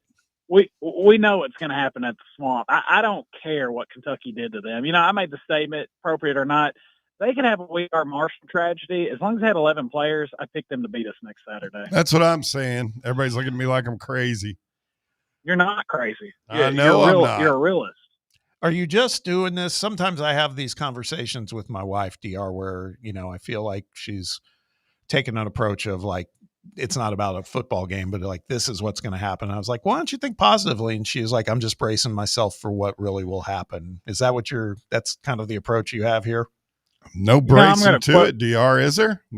No, I'm going to quote a great show that Russ and Cody and John got me into. If you think this has a happy ending, you haven't been paying attention. We know what's going to happen. Exactly. And what's worse is the next week, guys. There are certain things in life I can't handle, like eating a Carolina Reaper pepper, skydiving, wrestling a midget. Losing to Vandy for them to get into the college football playoffs, you don't survive that as a Tennessee fan. We talk about last year how we knocked Kentucky out of the Sweet 16. That would be the equivalent for Vandy, is them beating us in Neyland to advance to their first ever college football playoff. You don't come back from that. Get 10 wins for like is it second time in school history? And who they get their 10th win against. Like they could go 1-11. Yeah. And they'd be happy if they beat us. And then you hear that it's our state crap. And I kind of feel like I remember when at Kentucky we were trying to beat them for the 25th year in a row, and they had Randall Cobb. I thought, God, if we can just survive this year, get Cobb gone, we'll be fine. And I feel that this year with Diego Pavia, get him gone, and they're back to being regular Vanderbilt. It's exactly. And I'm not what they'll picking be. Vandy to beat us. Did you watch that game the other day? He accounted for 94% of their offense. Yeah, he looked incredible. Auburn should have beat him, but he looked incredible. Yeah, I was hoping somebody would take him out. It's just me. I heard something today. It was actually on Basilio. I think it was Brian Hartman. It said they were talking about Pavia, and they were like, "Who can you liken him to?" And he threw out Drew Gilbert, which I found interesting. Of course, Drew was ours, so we didn't mind that. But if you were an opponent, you probably hated him, right? And and I mean, that's kind of, I don't think he's, and then somebody else said Manziel. I don't think Pavia is as good as Manziel was at his peak. No. But the Drew Gilbert one, I will say, was interesting because Pavia's, like it or not, I hate it, but he's gotten that team to buy into that swagger, man. It's annoying. He kind of reminds me of Marshall Henderson. I hated him, but kind of like everybody hated Fulke. I love Fulke. Yeah. And he didn't do the antics that Pavia and Henderson did. Yeah, but you know what, man? I think I liked Marshall Henderson when he was playing, as long as they weren't playing us. Yeah. I didn't mind him. But I kind of liked him. It takes a lot of chutzpah to throw the double bird in the middle of a nationally televised game. I like the attitude. He reminded me of Jason of White Chocolate. And I say that I'm in my feelings right now, and I'm not looking ahead through Florida, but I'm not picking Vandy to beat us. But the thought of them winning in our stadium and celebrating, because they'll plant the flag. There's some things, man. That's hell on earth for me. Absolute hell. Yeah. Well, hey, better not plant that flag. So you're not going to be locked into. You're not going to be locked into that New Mexico State then. No, I don't even think I'm coming, honestly. I'm trying to save it for the Vandy game. And then, something I just thought of talking to y'all, do you worry that if it's a close game at Florida, like that's an emotional win, you hadn't done it in 20 years, and you kind of ready for a letdown against Vandy? I don't think so. That's one thing. That's why I'm not quite at DEFCON 1 about Vanderbilt as you are, because at the end of the day, they're still Vanderbilt. I think back to last year's game, and they'll have our full attention. I really do think so. Well, what about it being senior game? Jason Swain's talked about that a lot, how hard playing after the senior festivities are. And it was a few years ago. Oh, it was with ZZ. And, Barnes won it at the end of the game because how hard it is at halftime or pregame, like emotion-wise. Yeah, because we played plenty of eggs. Yeah, the year before that happened with Triple J and Santee, right? And Dalton. Yeah. And Dalton, against Kentucky. It was like, God, we got blitzed. Yep, sure did. A lot of scenarios going in my mind, guys. Again, I call y'all for therapy, so I'm trying to get it off my chest so I don't have a stroke. What? You maybe forgot what I was going to say. I had something for you, DR. You're going to be all right, DR. We appreciate you calling, though, brother. Thanks, guys. Good enjoying the show. Thank you, man. Oh, boy. Yeah, I can't remember what the heck I was getting ready to say. It was something that had a rare moment of clarity. I had an epiphany, and then he made me laugh, and now it's gone. Now it is gone. Yeah. All right, let's hit a break. When we return, the final segment of Monday's show. Stick around. We'll be right back. You're listening to Fan Run Radio, and it's The Drive. The Drive. 105.7 FM, 1340 AM. Online at fanrunradio.com and streaming on the free Fan Run Radio app. This is Fan Run Radio, Knoxville. What kind of day is it? It's a White Claw day. Light and refreshing tasting, uniquely cold way filtered. There's an iconic flavor for everyone. Come on, grab a pack. White Claw. Grab life by the claw. Please drink responsibly. Hard seltzer with flavor. White Claw Seltzer Works, Chicago, Illinois. Knoxville, get ready. The big sports show is coming. Saturday, November 8th at the World Exposition Hall. Meet your favorite sports stars. Hall of Famer Earl Campbell, baseball greats Wade Boggs, Dwight Gooden, and Jose Canseco, plus UT legends Shamikwa Holtzclaw, Carl Pickens, and many more. Autographs, photos, and memories you'll never forget, all in one huge day. Tickets on sale. Get yours now at bigsportshow.com. That's big thebigsportshow.com. The Big Sports Show, Saturday, November 8th, Knoxville. Don't miss it. Yee-haw! I've been hooting and hollering ever since I started betting with the VIP Play app.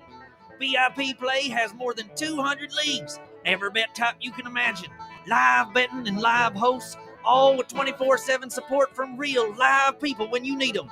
Start betting better with the VIP Play app today. Don't be a better, be a better with VIP Play today. Download VIP Play today or head to VIPPlayApp.com. Make sure you use the promo code FANRUN to take advantage of their welcome bonus and so they know that we sent you. Gambling problem?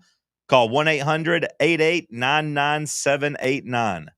Must be 21 or older and located in Tennessee to bet. Got a problem tree looming over your home? Call ECR Total Landscapes. Whether it's trimming, removal, or storm cleanup, our certified pros get the job done safely and efficiently. We're licensed, insured, and ready 24/7 for emergency calls. Big or small, we cut them all. ECR Total Landscapes. Call now for a free estimate, 865-384-2012, and mention promo code FANRUN for free stump grinding on any tree removal now through the end of the year. Also, visit us at ecrtotallandscapes.com. Bankruptcy, divorce, personal injury. These are just some of the curveballs life can throw at you. Fortunately, East Tennessee has someone to help you work through these problems and recover. The law offices of Jerry R. Givens. If you're in need of legal advice, call today to set up a free, no-obligation consultation. 865-801-9250. As always, the phone call is free, the advice is free, so what do you have to lose? Call 865-801-9250 or go online to jrglawtn.com. That's jrglawtn.com. The law offices of Jerry R. Givens. Legal expertise you can rely on.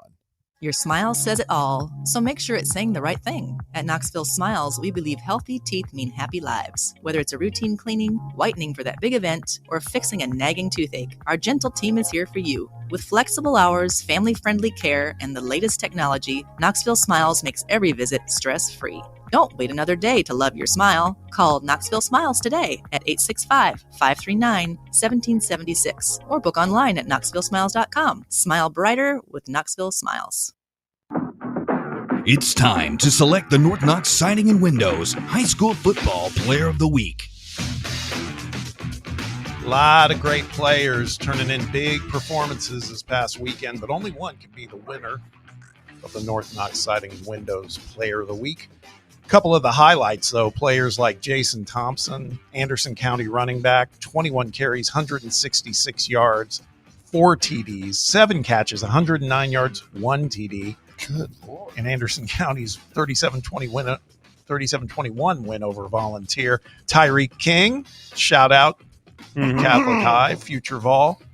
Number 11 wide receiver in the nation. There you go. 5 catches, 177 yards, 2 TDs in a 21-18 win over Christian Brothers. Will Jones, the Maryville quarterback, 12 of 15 passing for 224 yards and 4 TDs in a 41-7 win over Westridge. And Ryan Gibson, CAK running back, 29 carries, 254 yards. They destroyed whoever they played. 2 TDs in their win over Good Pasture. Yeah, but over Good Pasture. Yeah, smoked them. But none of those were the winner. The winner, Caden Baugh, Greenville quarterback. Listen to this line. Green Evil. 11 of 11 passing, 274 yards, 4 TDs. That's 20 yards a pass. 5 carries, 107 yards, 2 TDs in a 56-10 win over Carter for Greenville. That's your winner. Congratulations to Caden Baugh, North Knox Siding and Windows High School Player of the Week. It's brought to you by North Knox Siding and Windows, Knoxville's #1 choice for all home exterior projects. If you've been putting off replacing old siding, windows, doors, anything on the outside of your house, then now's the perfect time to schedule a free estimate with North Knox Siding and Windows. Need a new roof? North Knox can help that too. Don't settle for less. Call the best. North Knox Siding and Windows, 865-689-0505, or you can also go online at northknoxsidingandwindows.com. Some pretty big numbers there, boys. Yeah, it's exciting. It was the first round of the playoffs this weekend. You got round 2s coming up. It's It's going to be fun. Just glad that all those games got in last weekend with the bad weather that came in on Friday. But it was some exciting football around the state. Farragut almost pulled off the upset of the. Yeah, they came close. Upset of the weekend. Who were they playing? I didn't see. Dobbins Bennett. Wow. Big Josh's boys. Yeah, that would have been big. Couple messages on the text box. Justin Hanna writes in and says, "Hey, y'all, I'm kind of offended that y'all think that the Lady Vols were just going to stroll into the Kathleen and Tom Elam Center and walk out with an easy win. I mean, if you know, you know. I guess you got to respect the arena now. Yes. One more that came as far as great catches. This one from our listener in the 901. Again, he said last one he had given us James Banks. He had echoed Bears CJ Phaeton call. He also said Gerald Jones, 2007 against Kentucky in overtime. Yeah, that was a pretty good one. I thought about that one, but I mean, Kentucky. Yeah. Yeah. Place, opponent and situation counts. Yeah. And then listener from the 423 says, anytime Vandy beats us, it's their Super Bowl. But when we beat Vandy, it's just a fall Saturday. Never forget that. That's what we used to hear from Alabama fans. Yeah. About us. Yep. Until you start losing. That's right. You just can't let it happen. Can't let it happen. Boy, go ahead, Bear. I was just going to say before I forget again, what triggered it was when DR was talking about he wasn't coming up for the game. If you are not going to the game, you're not planning on using your tickets this weekend, please think about donating them to our good buddy, Tony Basilio, our fan-run brethren, on the midday. He is doing his annual Amachi tailgate where they take kids who one or both parents are in jail. And I know that they are still looking for tickets to get some kids that wouldn't normally ever get a chance to be inside Neyland Stadium and have that experience. So it's a wonderful thing that Tony and the fine folks at Amachi have been doing for a long time. And I've always been a big Bob. I try and make sure I donate as many highly extreme caffeinated drinks and candy to give to the children that Tony's going to be with. Yeah. Nah, it's amen, man. That's well said. And it's on honor of an old friend. I don't think Walker knew him. I'm sure you probably did, Bob. Keith Hatfield. Oh, yeah. The late, great Keith Hatfield, basketball lover, Tennessee. Yep. Huge Tennessee fan and buddy of all of ours. So yes, sir. Yes, sir. But yeah, I'm glad I remembered that. No, good catch. And that is true because there are some people who are kind of done with the Vols, at least for that game. They'll come back around. It's just and that's on these. You got to stop scheduling these games. Yeah, exactly. But in the meantime, pay it forward to some people who will really get something out of it. That's pretty cool. That's pretty cool. I'll tell you what's not cool. I don't know if you guys saw this. It's just broken the last hour or so.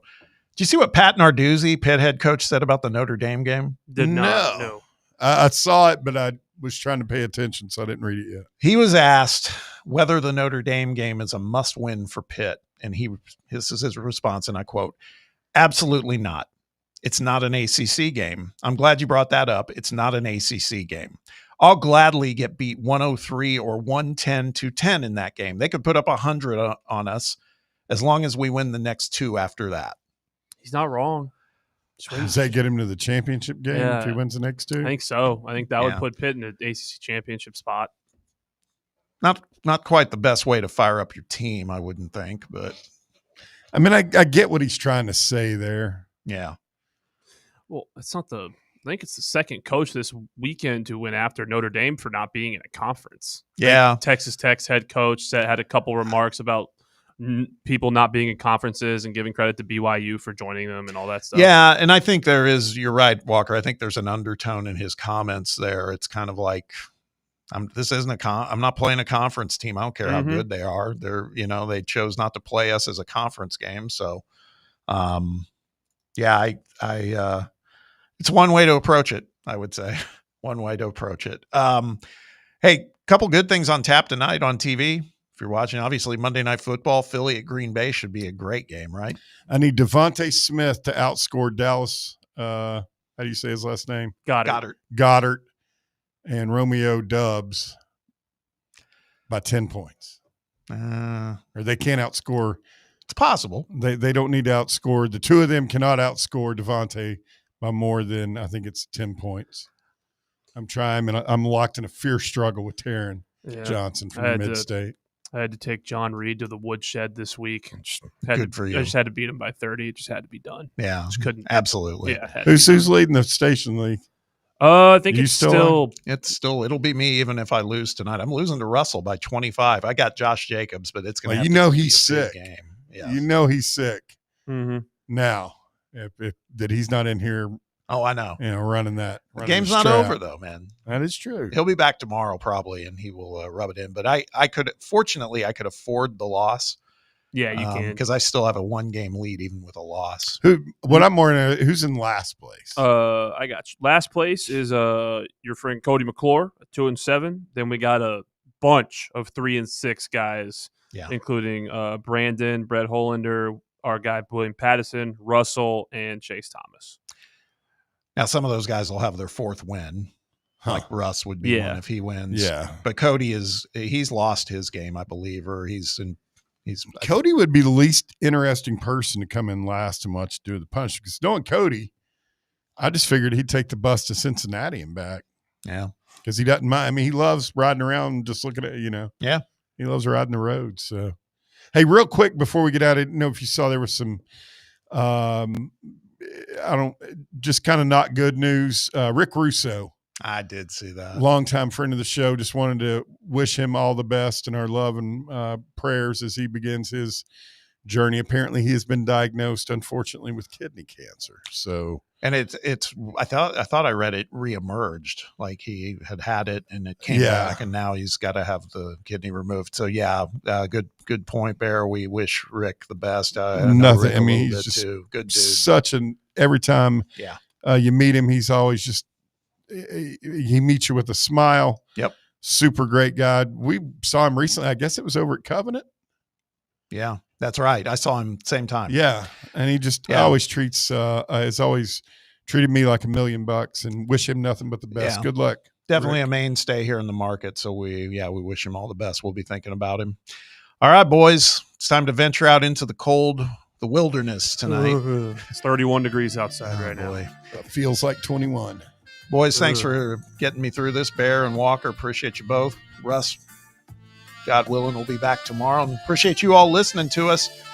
Fan Run Radio will be back tomorrow. In the meantime, national programming on Fox Sports Radio. Hope you all have a great evening. Stay safe out there. We'll see you tomorrow. The Drive. Located in Knoxville's historic Old City, Barley's offers great food, live music, the best draft beer selection in town, and now your new favorite place to watch sports. Their indoor projector is perfect for any weather, and they've revamped their upstairs area with more TVs to take in all of the action.